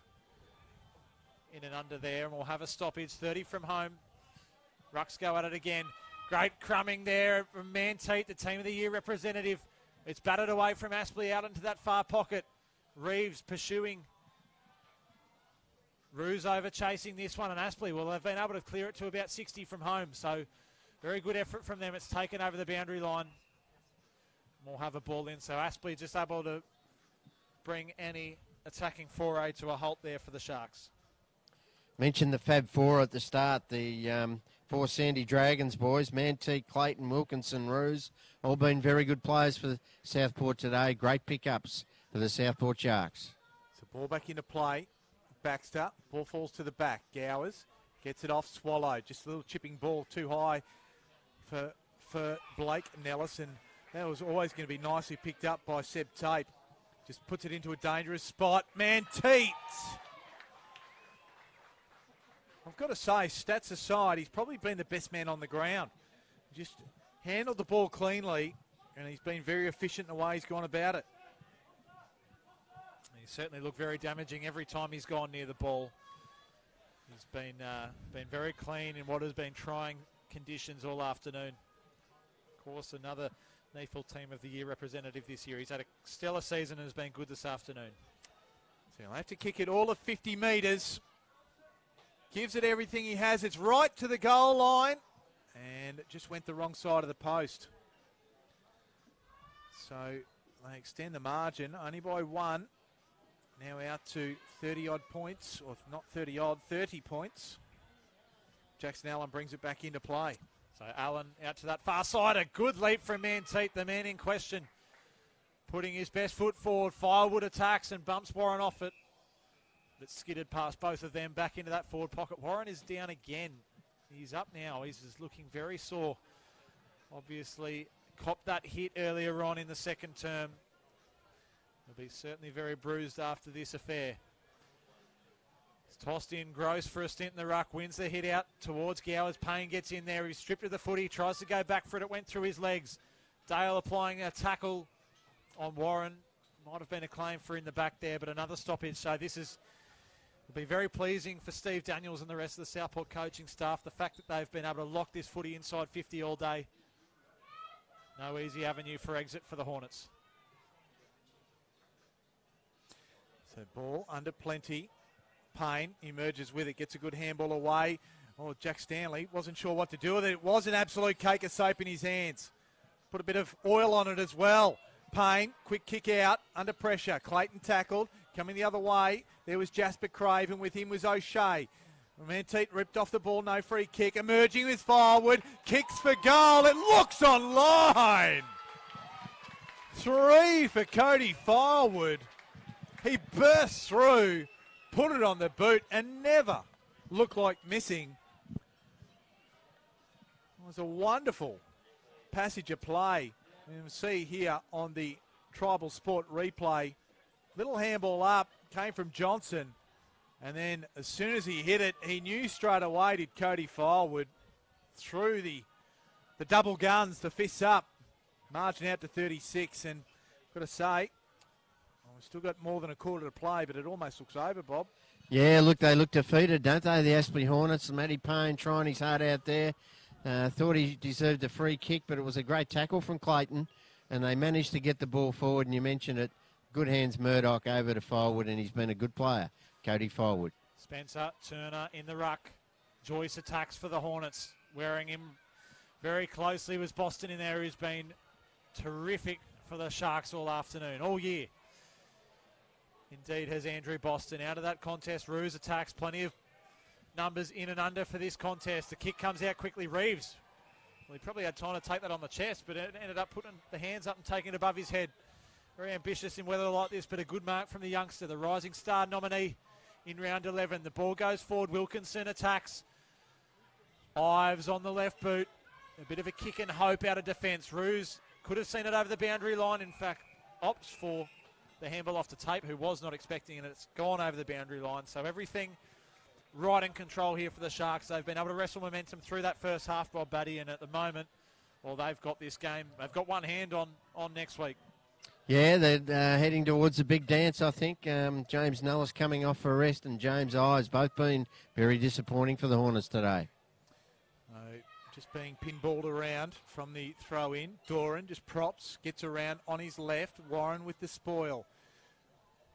There was Wilkinson, ripped his opponent off the ball and then got it back from Clements. Kicks it, dangerous spot. Johnson was there at ground level, gives it off. Doesn't sit well for Reeves. Spins out of trouble, doesn't find Clements. Hancock comes through. Warren comes through with great courage, considering he's already been split open once today. Joyce wrapped up as well. So the pressure, the forward pressure from Southport has been relentless. And it's showing up. 23 scoring shots to just 7. Inside 50s, 54-30. They just keep their feet. Doesn't matter whether they're bumped, hit or tackled or whatever. They just get back on their feet. If they hit the ground, they're straight back up. So Spencer out of the contest, out in front of Payne.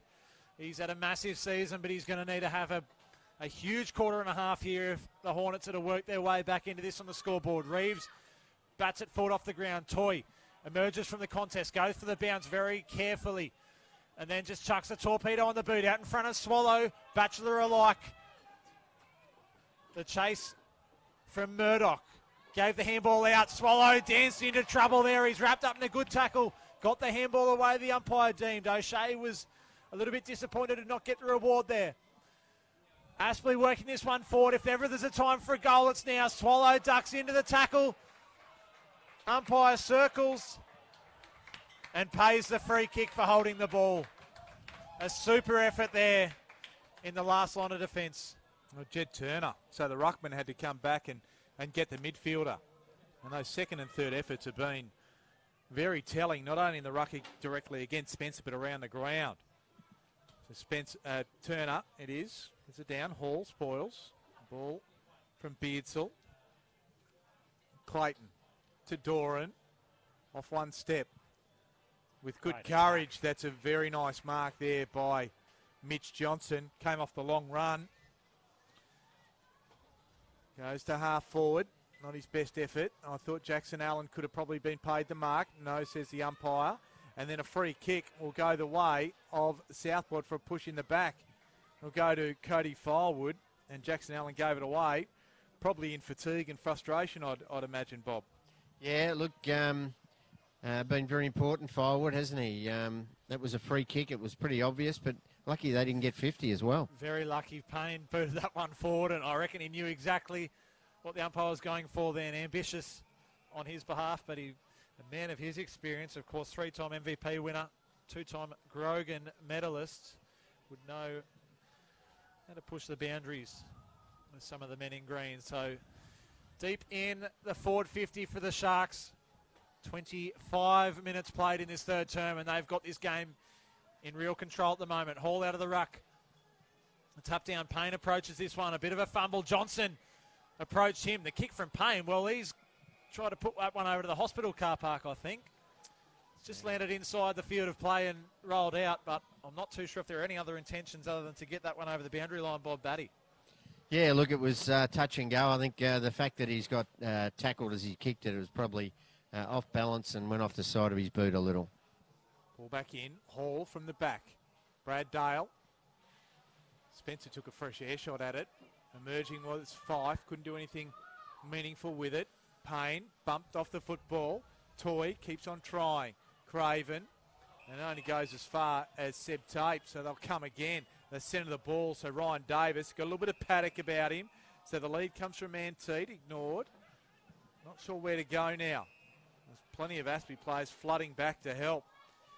He goes wide, has Fife. And Fife, he can play on. Goes on the left and absolutely butchers it.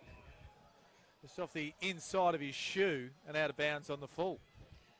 Yeah, poor finish there, but a beautiful kick from Ryan Davis, wasn't it? And Seb Tape, I'd like to know his stats for this quarter, how many kicks, how many marks, been impassable down back for Southport. Yeah, so he's got 15 disposals for the game, but probably doesn't extend his influence that he's had on the game.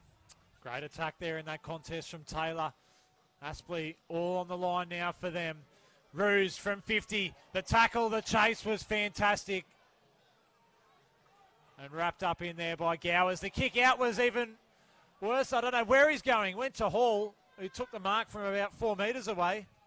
Had a ping, and he's put that out in the full. So not a great advertisement for the contest here. And neither is this. The kick across the face of goal. Not a fantastic one. In dispute. Should be finished off here. Clayton on the right boot. He's put it through.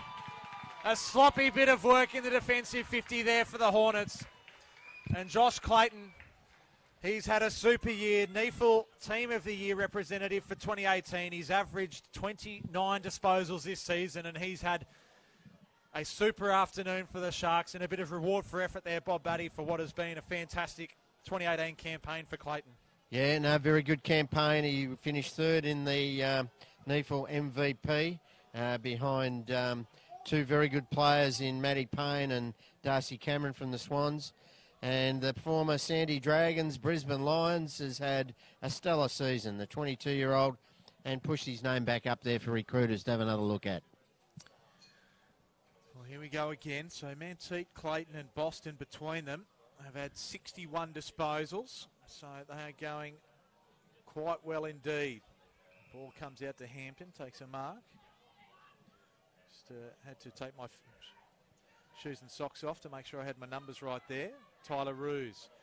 That's Clark. He just gives it up. Beardsall puts it inside forward 50. They haven't had many at this quarter. Tape was there, went through his hands. He'll get back and try and mop it up. Gives it to Manteet.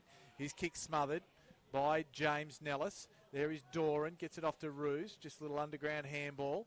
A little wrestle on behind the play, if you don't mind, between Giles. I think it might be Tape as well. And there's a little bit going on. So Tape's trying to get away, and Giles is not trying to let him get away. And the ball out of play on that far side. Aspley's attacking area. And frustration starting to boil over as we know which way this is going. With 42 points now, the margin, Southport leading. It is. Saw emergency umpire Cameron Manthe get out into the action then. Go and have a look at that little scuffle. Probably getting a bit keen down there. The emergency umpire this afternoon. Hampton out of the stoppage from 55 out. Puts it into the pocket. Goes right to the goal line. Clark is back there. Wanted to probably rush that, but was a bit cautious after what's happened down the other end only earlier on in this quarter. Spencer out there getting involved, the big fella. Tucked over on that far flank. Wilkinson had a good afternoon. Makes a good contest of that one, and it's over the boundary line. I mentioned the keeping their feet. Just if you looked at the Aspley players when that ball went over the line, there were 3 Aspley players in vicinity of that contest on the ground, and the 3 Southport players kept their feet. It's been very evident this afternoon. They've been up, get back into the play, put the pressure on the Southport players. Ives, that's a push in the back for mine, surely. Umpire says no. Made a fool out of me. I thought it was a soda. Boston was dead set in the middle of his back. The ball will be thrown back in. Be Baxter and Spencer. Spencer will win it. That's what he does with it now. Manteet, hands and knees, gives it to Fife. Another clearance for Southport. Spoil comes from Arnold. Gets it back from Warren. And goes long. Nellis just worked his man off the ball, then couldn't take the mark. And then just goes back and gives away a free kick. And go the way of Tyler Roos. Been very good. Tyler Roos, particularly early in the game, didn't have a lot to do, but you know he's certainly there and works into it. And conditions aren't exactly of his favour. He's a very good kick of the ball, very precise. He's been good this afternoon. Down there is Reeves. A high ball inside 50. There's a few Southport numbers here getting off the chain. One of them is Johnson on the left boot. Goal for the Sharks. Well, easy as you like now. It's all a bit of a procedure for them. That's his third for the afternoon. His 52nd in 2018 after being dropped earlier on in the year by coach Steve Daniel, who was forced to work his way back into the side, and that's exactly what he's done, and he's made the most of that opportunity. He's had a super year. A lot of these forwards down there, Bob Batty, the smaller likes for the Sharks, have been pivotal in their structure for this season. Yeah, again, got the ball to the ground, and he was just clean, wasn't he? Threw on his left foot. He's kicked one in each quarter today, and a good reward for the boy from Berwick, as we call him, and via the Northern Blues, and been a great pick-up for the Southport Sharks. And look, they're cock-a-hoop now. They're got their tails right up. What would you do, Kanga, in this last quarter? Would you be entitled to maybe rest a couple, or you just keep going 100 miles an hour as they're going? Yeah, I mean, I'd be entitled to... I'd be giving Boston a little bit of a spell because he's been their in and under player for the most part. I know he has been a bit sore throughout the year, and he'll be well required next week against some bigger bodies. The umpire just having a little bit of a blood rule, and it's Jake Spencer, a little bit of claret on the left knee. He's not happy about coming off. He said, "Come on, mate. It's only a little bit of the red stuff. Not too much. It's not going anywhere." But yeah, I'd look at some man management situations here now. 48 points, the lead. We're almost at three-quarter time. Of course, they lost Tom Ellard very early in the contest, so it's one less rotation they've had as well. So how that affects them. Freeman in the ruck. James Nellis gets it off into the direction of Blake Nellis, his cousin. Goes hard at it again. There's Blake Nellis. Batchelor, haven't seen much of him this afternoon. And the ball is Doran, lays a good tackle, and Tape just gets it out to the outer wing. Jasper Craven's there, eludes Clements well, then gets it off to Gowers. But the three-quarter time siren sounds, and Southport, they are on the march, one would suggest, to the 2018 Grand Final. Bob, they have been irresistible the way they've gone about it. 5-1 in that third quarter to lead by 48 points at the last change. Yeah, fantastic effort, hasn't it been? 3 good quarters of footy. They haven't relented for 1 minute or 1 moment of the game. They've had winners all over the park. They've had some outstanding players, but at the same time, even their lesser lights have really contributed, and it's been a very, very even team performance. Alas for Aspley, it probably directly the opposite. They've had 4 or 5 real goers and real tries, and then after that it's dropped right away. So fantastic three-quarter performance for the home team, and as you say, they're getting ready for the big dance next week. Well, inside 50s, 59-34 for Southport, dominating the ball in their forward half, let alone inside their forward 50 clearances. 36-30 Southport's way, despite losing the headouts 44-29. And their midfield has been dominant here on the expanses of Fankhauser Reserve. Leading possession getters for Southport, Michael Manteet, he's had 26, 6 marks, 5 tackles. 5 clearances. Tyler Roos, he's had 20 disposals as well. Plenty of rebound 50s and inside 50s, 3 of each. In fact, Josh Clayton, he's been busy with 20 disposals, and Boston with 18. Seb Tape, a general at the back half, he's had 17. While for Aspley, Will Gowers, he's had 18 disposals, 4 clearances, 3 inside 50s. Henry Joyce has had 17, tried hard. He's also had 3 clearances, and Arnold Payne have had 15, while Swallow, Warren and Beardsall have had 13 apiece. So a 3-quarter time here at Fankhauser Reserve. It is Southport. They're on the march towards the 2018 NEFL Grand Final. They lead by 48 points at 3-quarter time. We'll be back with you after this break.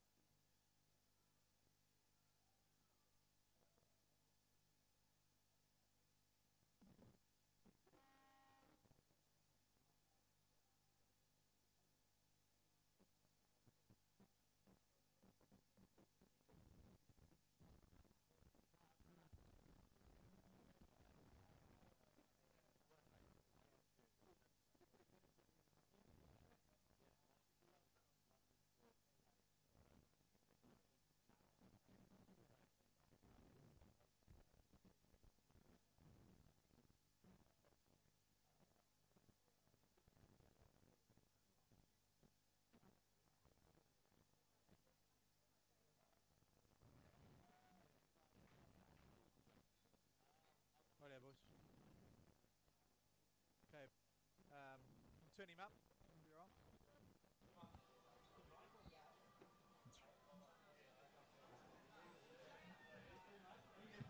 And as the sides break from 3-quarter time, just looking at Tom Ellard on crutches on the boundary line, or going to the boundary line, so not a good sign for him as he moves towards, I suppose, what is a grand final, whether he will be available, but his side will certainly be available for the grand final. 48 points ahead at 3-quarter time. They lead 11-14-80 to Aspley. 5-2-32. Southport have just had too many contributors across the park. Mark Kennedy's my name. Ethan Mackey joins me and also Bob Batty. And boys, it has been very much one-way traffic after an early arm wrestle. Yeah, it certainly has. They've been brilliant today, Southport. They've come to play. They certainly have outpointed Aspley in nearly all facets of the game today. Their attack on the footy and their pressure around the footy has been fanatical. This is the voice of Ethan Reeves. Umpire Brett Ritchie throws up for one last time at the start of a quarter here this afternoon at Fancow's Reserve. Clearing out of that contest, Gowers. Free kick being paid. It's a chop of the arms. It's going to Tyler Ruse, who's had a fantastic afternoon. As you touched on earlier on, Kanga, 20 touches for him coming into this fourth term. He kicks out in that far wing and Firewood slides in and takes a chest mark, who's also been a good customer this afternoon. You feel like it is just the with no disrespect, of course, to any of these Southport players, their bottom 6 to 8 players have been super this afternoon. Guys like Doran, Firewood, Ethan Reeves, they've all chipped in and done their bit. As Turner blasts one inside 50, a long ball over the top was Wilkinson, claiming or asking for a free kick, but Spencer took the intercept mark for the Hornets. Out to Warren. Warren holds up on halfback Mark Kennedy. Warren inboard finds Jordan Hayden, man with 2 first names, goes out wide looking for, and I was going to say almost finding Beardsall. He goes in hard again, Beardsall. Well done to him. It's a handball off Stanley. Now off back to his teammate and Gowers. Outpointed there by his opponent was Seb Tape, and Ruse gets it up towards Baxter, who holds onto it nicely given the conditions. It has been heavy. A little bit of rain during the third quarter, but plenty before the game started, and Baxter on the wing. That's not his best effort for a kick, and Brad Dale should have swallowed that. Didn't, though, but they might get away with it. Hayden. Now to Gowers. They're just messing around here with it. Brad Dale. Now Josh Hall applies the pressure, and Tyler Ruse, it was Tom Wilkinson, I should say, who got onto Gowers to make sure the ball went out of bounds. It's all going Southport's way at the moment. Ball tossed in. Turner and Spencer. What a battle that one has been this afternoon. Turner done a pretty good job, I think, considering Spencer has been one of the prime ruckman moving around the NEFL this season with Darcy Cameron from the Swans. Turner's in there again on cue. Just getting in, getting his hands dirty, in and under the contest.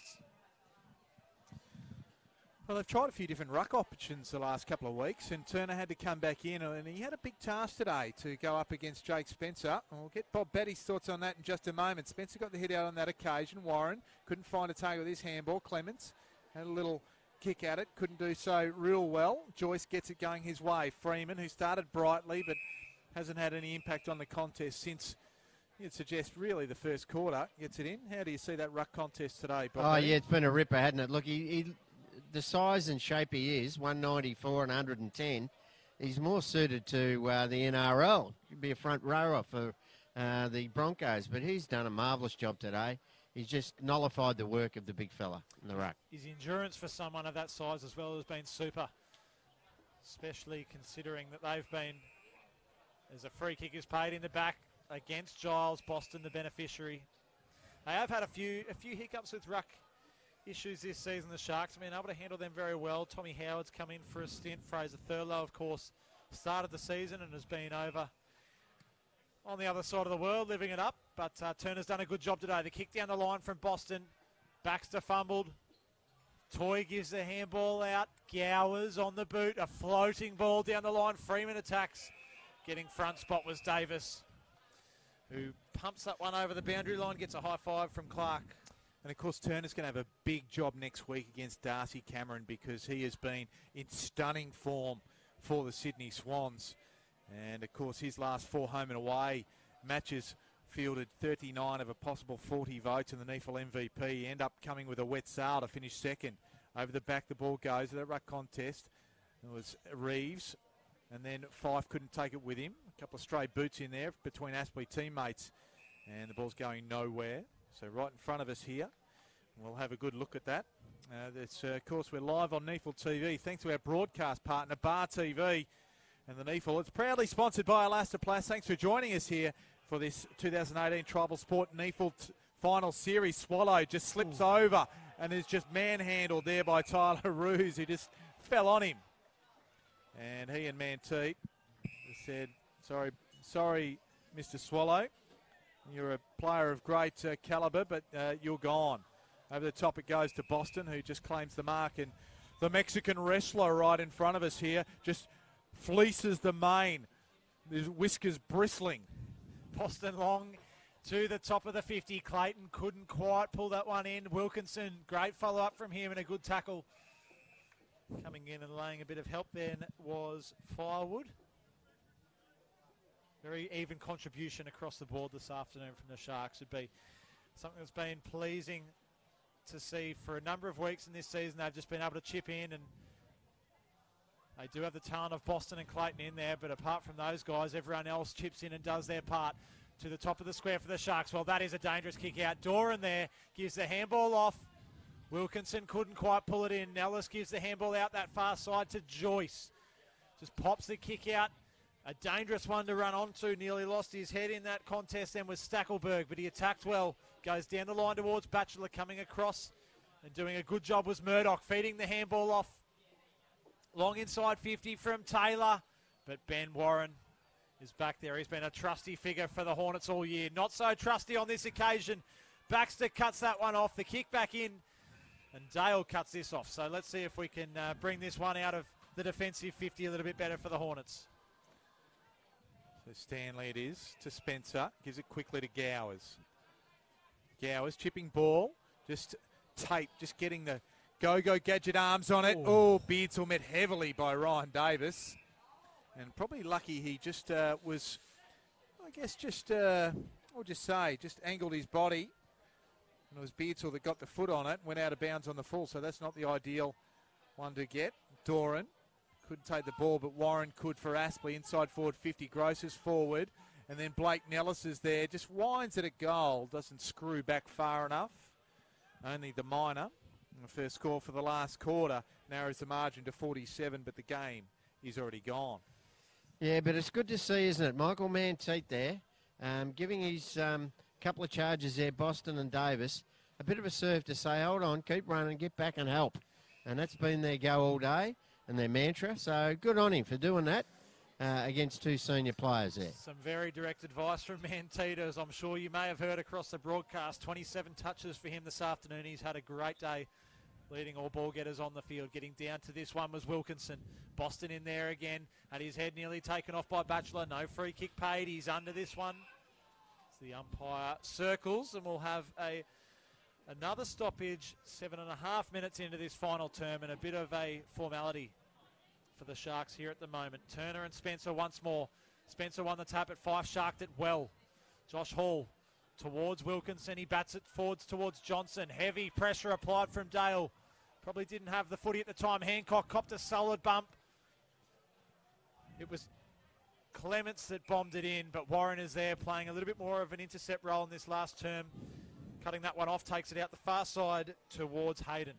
So Hayden, scrubby kick, but gets it to 150 gamer, or at least NEFL games in Reece Toy. Kicks the barrel down the middle of the ground. Beardsall gets high on Seb Tape.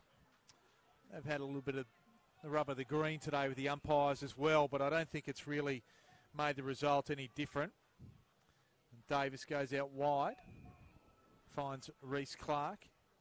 Been very dependable down back for the most of the year, have the Sharks. Goes over the top looking for Doran, close to the boundary line, that outer wing. Keeps it in, does Doran, goes back in. Jordan Taylor just flips it over the top. Has a player there in Clayton. Clayton goes towards forward 50. Couldn't quite get there, but Henry Joyce can mop it up. They've just been too good. Southport, too many contributors, Bob. Yeah, certainly so. They've been dominant, haven't they? Henry Joyce has been a try for Aspley. Him, Matty Payne, Jordan Arnold, William Gowers, Craven and Allen are probably the pick of their players, but they haven't had many contributors consistently all day. Been on their own for a lot of the afternoon. Great attack from Tape.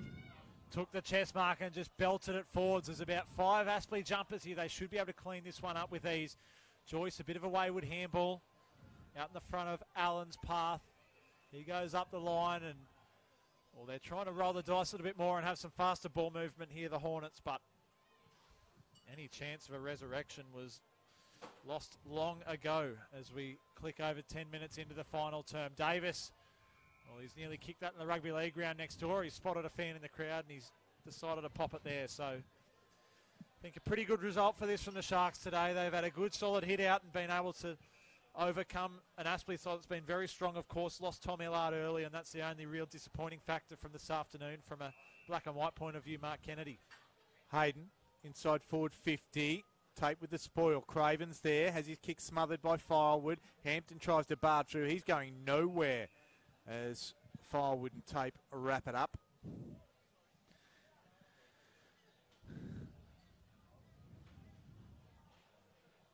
So this is Batchelor. Got it down. It's right to the goal line. Got there, but just to the wrong side of the goals for Aspley at least. So the margin back to 47 points. Only 2 scores in this last quarter have been Aspley behinds.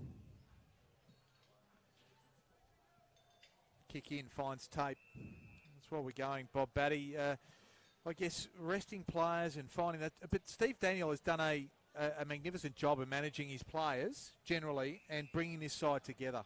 Oh, yeah, fantastic effort, isn't it? The 50% turnover of players on their list this year, and to get them all together to gel has been a magnificent effort. Hayden, a long ball inside 50 to a big contest, but it was fisted out of there quickly. A great give from Wilkinson off to Dale. Dale pops it out in front of the run of Clements. Just can't pick it up for the moment. A good chase. But Clements gets it forward towards Johnson. Johnson v Dale. Johnson kept his feet. He's gone over now. It's stuck in this contest. He picks it up and just handballs it as far forward as he can. Unfortunately for the Sharks' sake, it went straight to Giles and they can feed this one out. But the kick's turned over straight to Boston. Had a bit of time to settle himself and spots up a loose Cody Firewood. 40 from home. Straight in front. He turns around, identifies Johnson on his own in the goal square. Couldn't get it to him. Picked up probably a little bit of a careless tackle. Maybe ducked into it. Did Hancock. Moved out this near side. Swallow has a look out and sees a free Will Gowers standing on this wing. He goes down the line towards Gross, but it beats him to the boundary line. A bit of an opportunity lost there for the Sharks, but it matters not this late in the game when they lead by 47 points, Bob Batty. Yeah, everyone looking very, very tired. It's been heavy conditions. Probably been a heavy 9 if you look at it from a penetrometer reading, and they're all going to be sleeping well tonight, these boys, but Southport will be sleeping with a smile on the dial. They're going to be in the big dance next week. Ball back into play. Yeah, a bit of the sponsor's product, Elastoplast, coming off Josh Hall's leg there, but it gets going Southport's way, just irrespective. Wilkinson, he's bustled off at it. Hancock, the ball slips out. I said it is a bit like a cake of soap. You just noticed early in each of the quarters when they've changed the footy over, the ball has just carried far further until it's just got heavy and slippery and it's become a real arm wrestle thereafter. Spencer again. Warren just toes it forward. Ives now to Giles. Giles, 3-on-1. Southport have all the numbers and just wrapping it up there is Brodie Murdoch. And that defence of Murdoch, Davis, this man Taylor, Seb Tape. I feel like I've left somebody out there. They've just done really well and they've been really cohesive, Bob Batty. They have. Ethan Reeves, another one that's worked hard back there. And Tyler Roos always pushes back to give the defence a chop out. So they've been impassable, and losing Daniel Charlesworth with a knee injury a month ago hasn't really impacted them.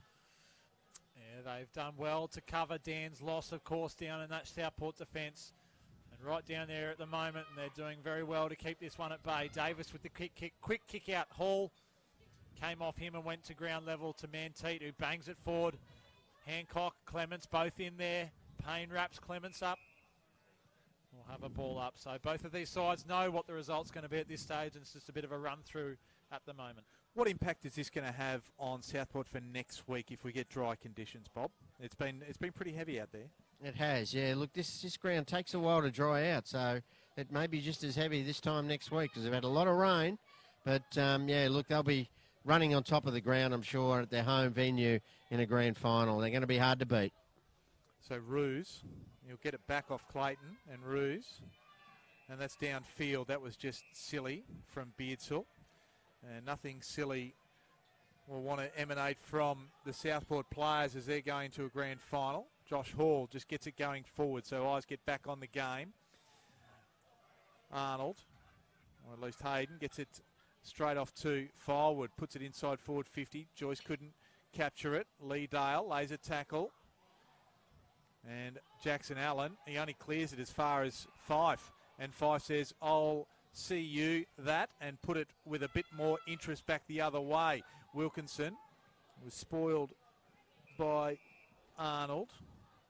And we'll have a ball up in the forward pocket. Southport attack, like they have been all afternoon. 66 inside 50s to 40. And just looking at the tape that they've just got off Josh Hall there, lucky he wasn't a racehorse. They would have to put the banner up as they took all that tape off. Out of defensive 50 for the Hornets. It's been a bit of a ongoing trend this afternoon, been stuck down that end. O'Shea feeds back to Clark, back to Davis, and they're opening up the ground now and opening up the Hornets as they switch across field. Doran comes back to Davis. He's got a free man Teat in the corridor if he wants him, but Gross cuts any chance of that off pretty imminently. Davis takes his time, dances around Toy with relative ease. A long ball up the line. Boston in a contest with Payne. Two classy players there. Hall just runs over the footy, just tries to kick it forward up the line. Payne went in low and hard, but tripped Hall over in the process. Out of the contest is Hancock, snapping it to the top of the square. A big fist through from Warren, as we see Wilkinson down there in the top of the square. Maybe he's just tired. I thought he may have copped a bit of a knock in that situation. He's still looking a bit groggy, but he comes to his feet now. I think that's a team rule, isn't it, Kanga? They've got to get back up on their feet no matter how sore they are. Yeah, that's right. So ball over the back. Stackelberg in the path of Hampton. He'll run onto it now. Gathers. Got plenty of space in front of him. He'll try and spot one up. And it was Stackelberg that got in front of James Nellis, who was coming a bit ahead on to the football, and Stackelberg came from the side. He's been a good contributor, at least on the scoreboard. There's Stackelberg, a couple of goals this afternoon. And they've only kicked 5 for the game, so he's had the 11 disposals, 2 goals, 1. How do you see Connor Stackelberg? Yeah, look, he hit the post with his third, was a banana, it was pretty close. So, look, he's contributed, as you say, Kanga. Comes in, kicks it straight. That's 3 for him. And the players are slow to get to him. And they will, though.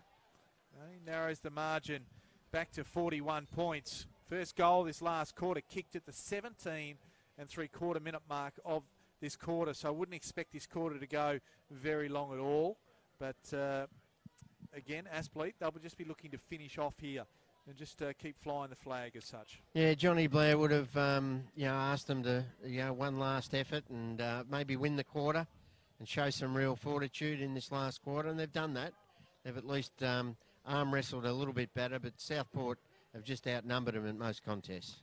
How have you seen Aspley's season 2018, Bob? Do we say this is a success to get to the preliminary final, or do we? Yes, I think so. I think. We'll come back to you there, Bob. Yep. In a second. Payne gets it off now to Gowers at forward 50. This goes long, and that's going to be errant. So, Bob, I'll sorry to cut you off there. Yeah, look, I know they've had. We mentioned 50% of the changeover at Southport. Well, it's probably been 30 to 40% changeover at Aspley, and they've played a lot of youngsters, and they've got a lot of miles out of those youngsters throughout the year. So there's some real positives there for Aspley in this season. Certainly a lot to look forward to in coming years for the men in gold and brown. A good leap and a good mark taken as the two 28s go head-to-head with each other. Jordan Hayden takes the mark in this circumstance over Clements, and he just goes long inside 50 to a congested hotspot. Pops it in there, and plenty of numbers flock to this football like seagulls to a chip. The umpire circles and calls for a ball up, which has been a key figure of this afternoon. A very wet and slippery deck here on the Gold Coast at Fankhauser Reserve, but it's been Southport who have been able to play it a little bit better just with the height and makeup of their side. Coming out of that contest, very good 1-2 there. From Hancock to Clements, back to Hancock, who goes long towards Johnson. Johnson v Dale. Johnson wins out, gives a handball forward towards Wilkinson. He's got Arnold to deal with. Aspley get the troops back. The cavalry arrives and they clear out Ives, the target. Boston cuts off well. Tape wrapped up in a good tackle, put the footy on the ground, could have been holding the ball. No free kick given, and this is wrapped up right in front of our commentary position. It pops out. Roos gives the handball to Tape to Clayton. He goes off the ground and just bombs inside 50, but Gavin Gross, the veteran, is there to clear to Hampton. Hampton, he's got a little bit of time and space to assess his options. He has the run of Henry Joyce. Joyce looking for Swallow. Coming the other way, though, was Ryan Davis. Did it well. Intercepted the ball, and he'll say, where are we going to go? He's got nobody ahead, so he just holds on to the footy. And Southport, not sure where to go here. Baxter was the target, but they didn't get anywhere near him, although he applies the pressure. And Payne can just help mop it up, gets it inboard, finds Gowers. And then out of Swallow, and just racking up a couple of champion data stats as Freeman gets it. Haven't seen much of him, and he won't want to see that one on replay, on the Tribal Sport replay, as Ryan Davis gets a little bit of pressure on the ball. This ball came from Swallow. Taylor gets it off to Fife. He can't handle it at the moment. Now he's wrapped up, and that time by Jordan Arnold. And we'll have a ball up a true centre-half forward area. Yeah, they're going to sleep well tonight, all these players, aren't they? Very heavy conditions here at Southport. With that 5 or 10 minutes of downpour in that third quarter, it's made it even harder for them. So Southport just running away with this one now. Aspley, to their credit, have been a lot more improved in this final term, but it has mattered little. They come back in and go to the centre-half forward position. Great work from Tape. He attacks and runs past Beardsall. Where's he going to go with this one? Out in front of Wilkinson. Dale's hot in his tail and gives a good fist in that one. It's gone about 30 metres towards the boundary line, right in front of the dugout there for the Sharks. Seen over the boundary line. As we move into the final stanza of this last quarter, 22 minutes gone. A commanding lead, 40 points, and even 40 points here for the men in white and black, and they'll be through to a grand final looking to make it another decade. They claim silverware after winning in 1998 and 2008 alike. A good season has seen them get to the position where they'll face off against the Swans next week. And that's Warren. He's wrapped up. He might be in a bit of strife here. And, yeah, he went to ground. He hauled the ball in. Turner was happy to give him the suplex. He got the 1-2-3 count. And the umpire agreed. And Turner gets the free kick. Outnumbered. Southport at that contest. Spencer went to spoil. Should have gone to mark. Blake Nellis. He can't take it. Firewood applies the tackle. Baxter. He squeezes the ball out, can't find anybody, but finds Stanley. And Henry Joyce, he was taken high and will win the free kick. The free kick was called from not quite the controlling umpire, but the right decision was made just the same. Definitely nearly lost a few teeth then to Joyce. Goes to Payne. He's had a great season as Matty Payne. Of course, his third NEFL MVP. They move it down the line towards Swallow, who's been a valuable asset for the Aspley side this year. Coming back into the corridor, cutting some angles. Stackelberg gives the handball back to Payne. He goes from 50, loads up off the outside of the boot. And it's just gone to the right-hand side. Through for a minor score. Aspley 6-6-41. The Sharks well ahead, 11-15-81 into the last 5 or so minutes of this final quarter. And Bob, what's your thoughts on some of the veterans of Aspley? So Gavin Gross, do we see Gavin going around again in 2019? The likes of Reece Toy. I mean, he's now approaching 30 years of age, or will, at least will next year. Matty Payne's indicated he wants to go on forever. And then Benny Warren as well, as we see Matty Payne, one of the men with the footy. Yeah, look, it's a good point you raise. I think they've been very reliant on these players, haven't they? Gross down back, Payne on ball as he has his shot. He puts it right to the goal line through. No, claiming the mark is Giles. The umpire will pull him around. Look, they just need a little bit more depth, don't they? Like, they've got that top-end talent, and as you say, they're ageing a little bit, but they just need another level in the middle, I think, that middle-age bracket. And Giles hits the post just to the near side, so a bit of anticlimactic as we try and, a bit of a Bronx cheers. Made a little bit of a villain of himself today in a few of the contests.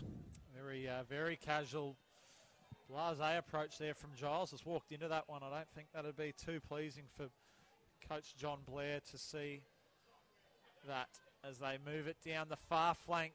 Clark for the Sharks. Up the line, Spencer's there. Putting his head over the footy was Hampton.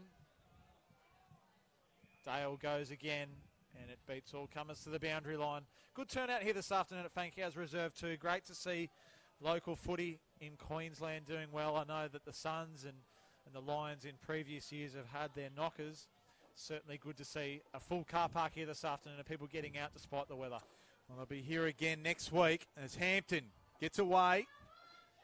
In fact, it was Toy, I should say, and kicks it to the near side for another point. So they peppered this last quarter. That's 1 goal 6 for this quarter. Southport have kicked just the solitary behind. So, but the damage was done the first 3 quarters as Southport led it by 48 points at 3-quarter time. Ryan Davis just has a short option there. Goes out wide. Finds Ethan Reeves. Reeves, we'll just load him up. Go down the line. Starting to get a little bit darker again here at Fankhauser. Brad Dahl with the fist for Aspley. Toy with a quick kick up and under. Catch that, he says to somebody, preferably in his team. Warren tried. He was at ground level. Davis squeezes the handball out. Baxter, he's back there helping out. Here is my friend, the Mexican wrestler. He kicks it down the line. That's not his best effort and finds Brad Dale. Or in fact, it was Jack Stanley. And has the short one in Henry Joyce. Joyce comes across and now goes to Brad Dale. I was just a bit of a visionary. And in fact that he was going to get the ball, but it's the final siren. And the Southport Sharks progress to the 2018 Tribal Sport NEFL Final Series. Well, the grand final it is. They will play the Sydney Swans. They run out victors this afternoon by 37 points as we have a moment to listen to their team song.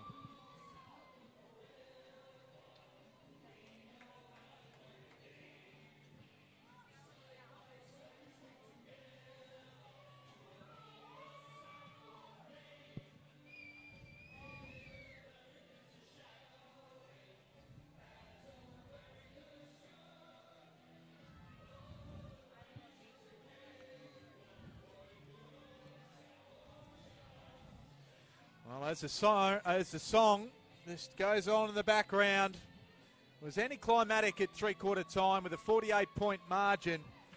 Aspley, they made a little bit of headway, 1 goal 6 in that last quarter to just the one behind for Southport, but the damage was done early. And at Southport, they do progress through. Bob Batty, it was a dominant display in the finish, and Southport deserve their spot in this grand final next week. Yeah, after a bit of an arm wrestle in the first quarter, they really got on top. They had winners all over the ground. Their third quarter really was dominant in the heavy conditions. Rain coming down, kicking 5 goals 4 to 1 goal 1. Put paid to Aspley Hornets season.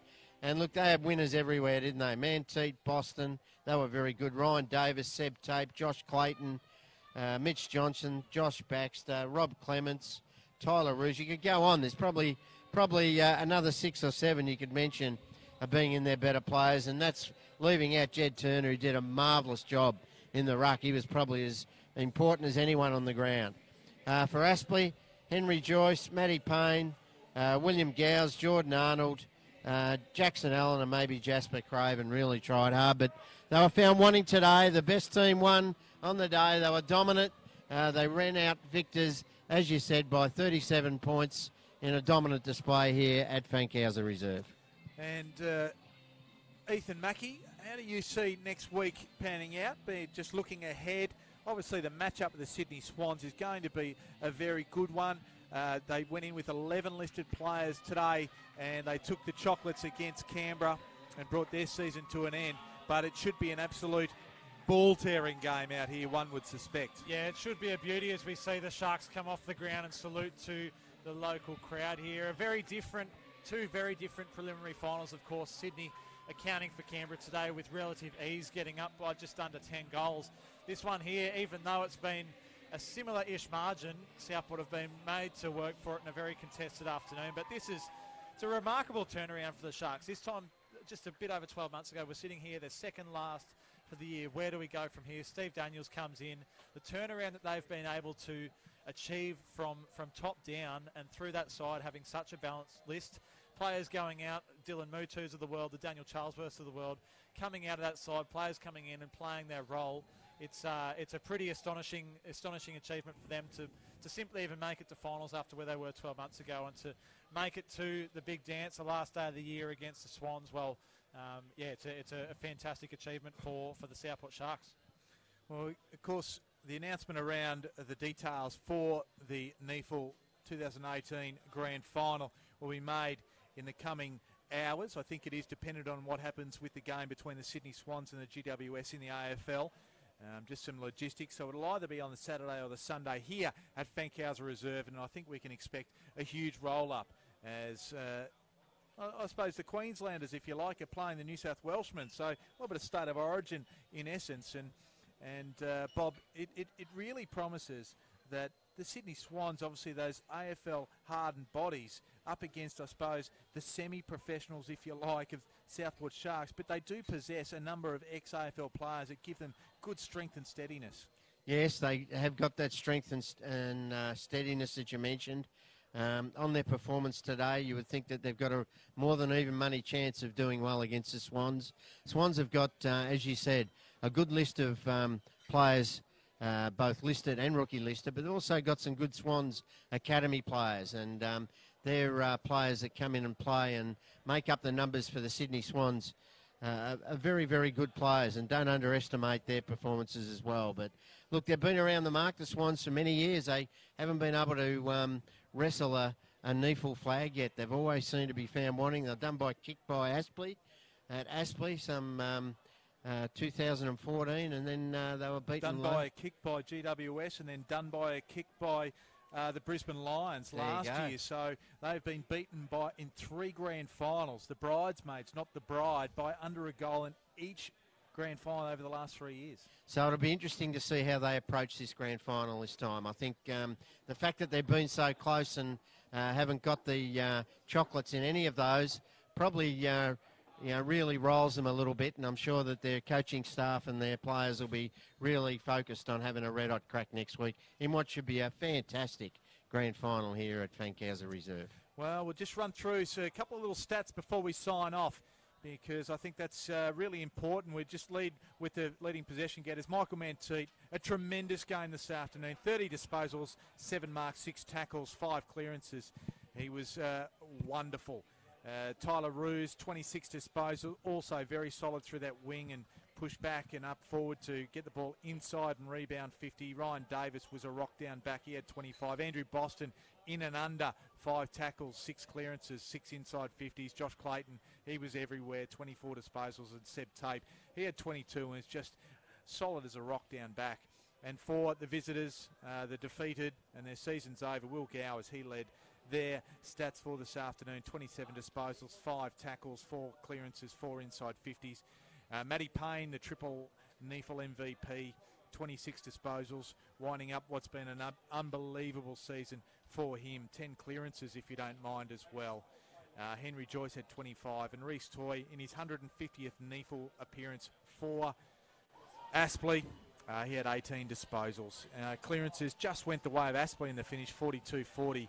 Hit-outs 56-34, and the inside 50 69-48. It was Southport dominant this afternoon, booking a spot in the grand final against the Sydney Swans by 37 points. We might sign off. Ethan Mackey, thanks for joining me this afternoon, and your last appearance on NEFL TV, at least for this year. Well done, and hope you enjoyed your experience here. Thank you, Kanga. It's been great, Bob. Appreciate having me this afternoon. Yeah, it's been fantastic, and it's great to see the strength the strength of this NEAFL competition that sometimes does get a bit shadowed with the VFL, the Sandful and the Waffle, but there's been some cracking players running around this year and no different today. So appreciate you having me. And the encyclopedia of Queensland and NEAFL football in Bob Batty. Thanks for your input as always, and we look forward to seeing you next week. Thanks, Mark. Yeah, really enjoy it and looking forward to next week. And on behalf of myself, Mark Kennedy, and Ethan and Bob, thanks for joining us this afternoon on NEAFL TV, which is thanks to our broadcast partner, Bar TV, and of course the NEAFL is proudly supported by Elastoplast. We'll see you next week for what will be an epic 2018 Grand Final.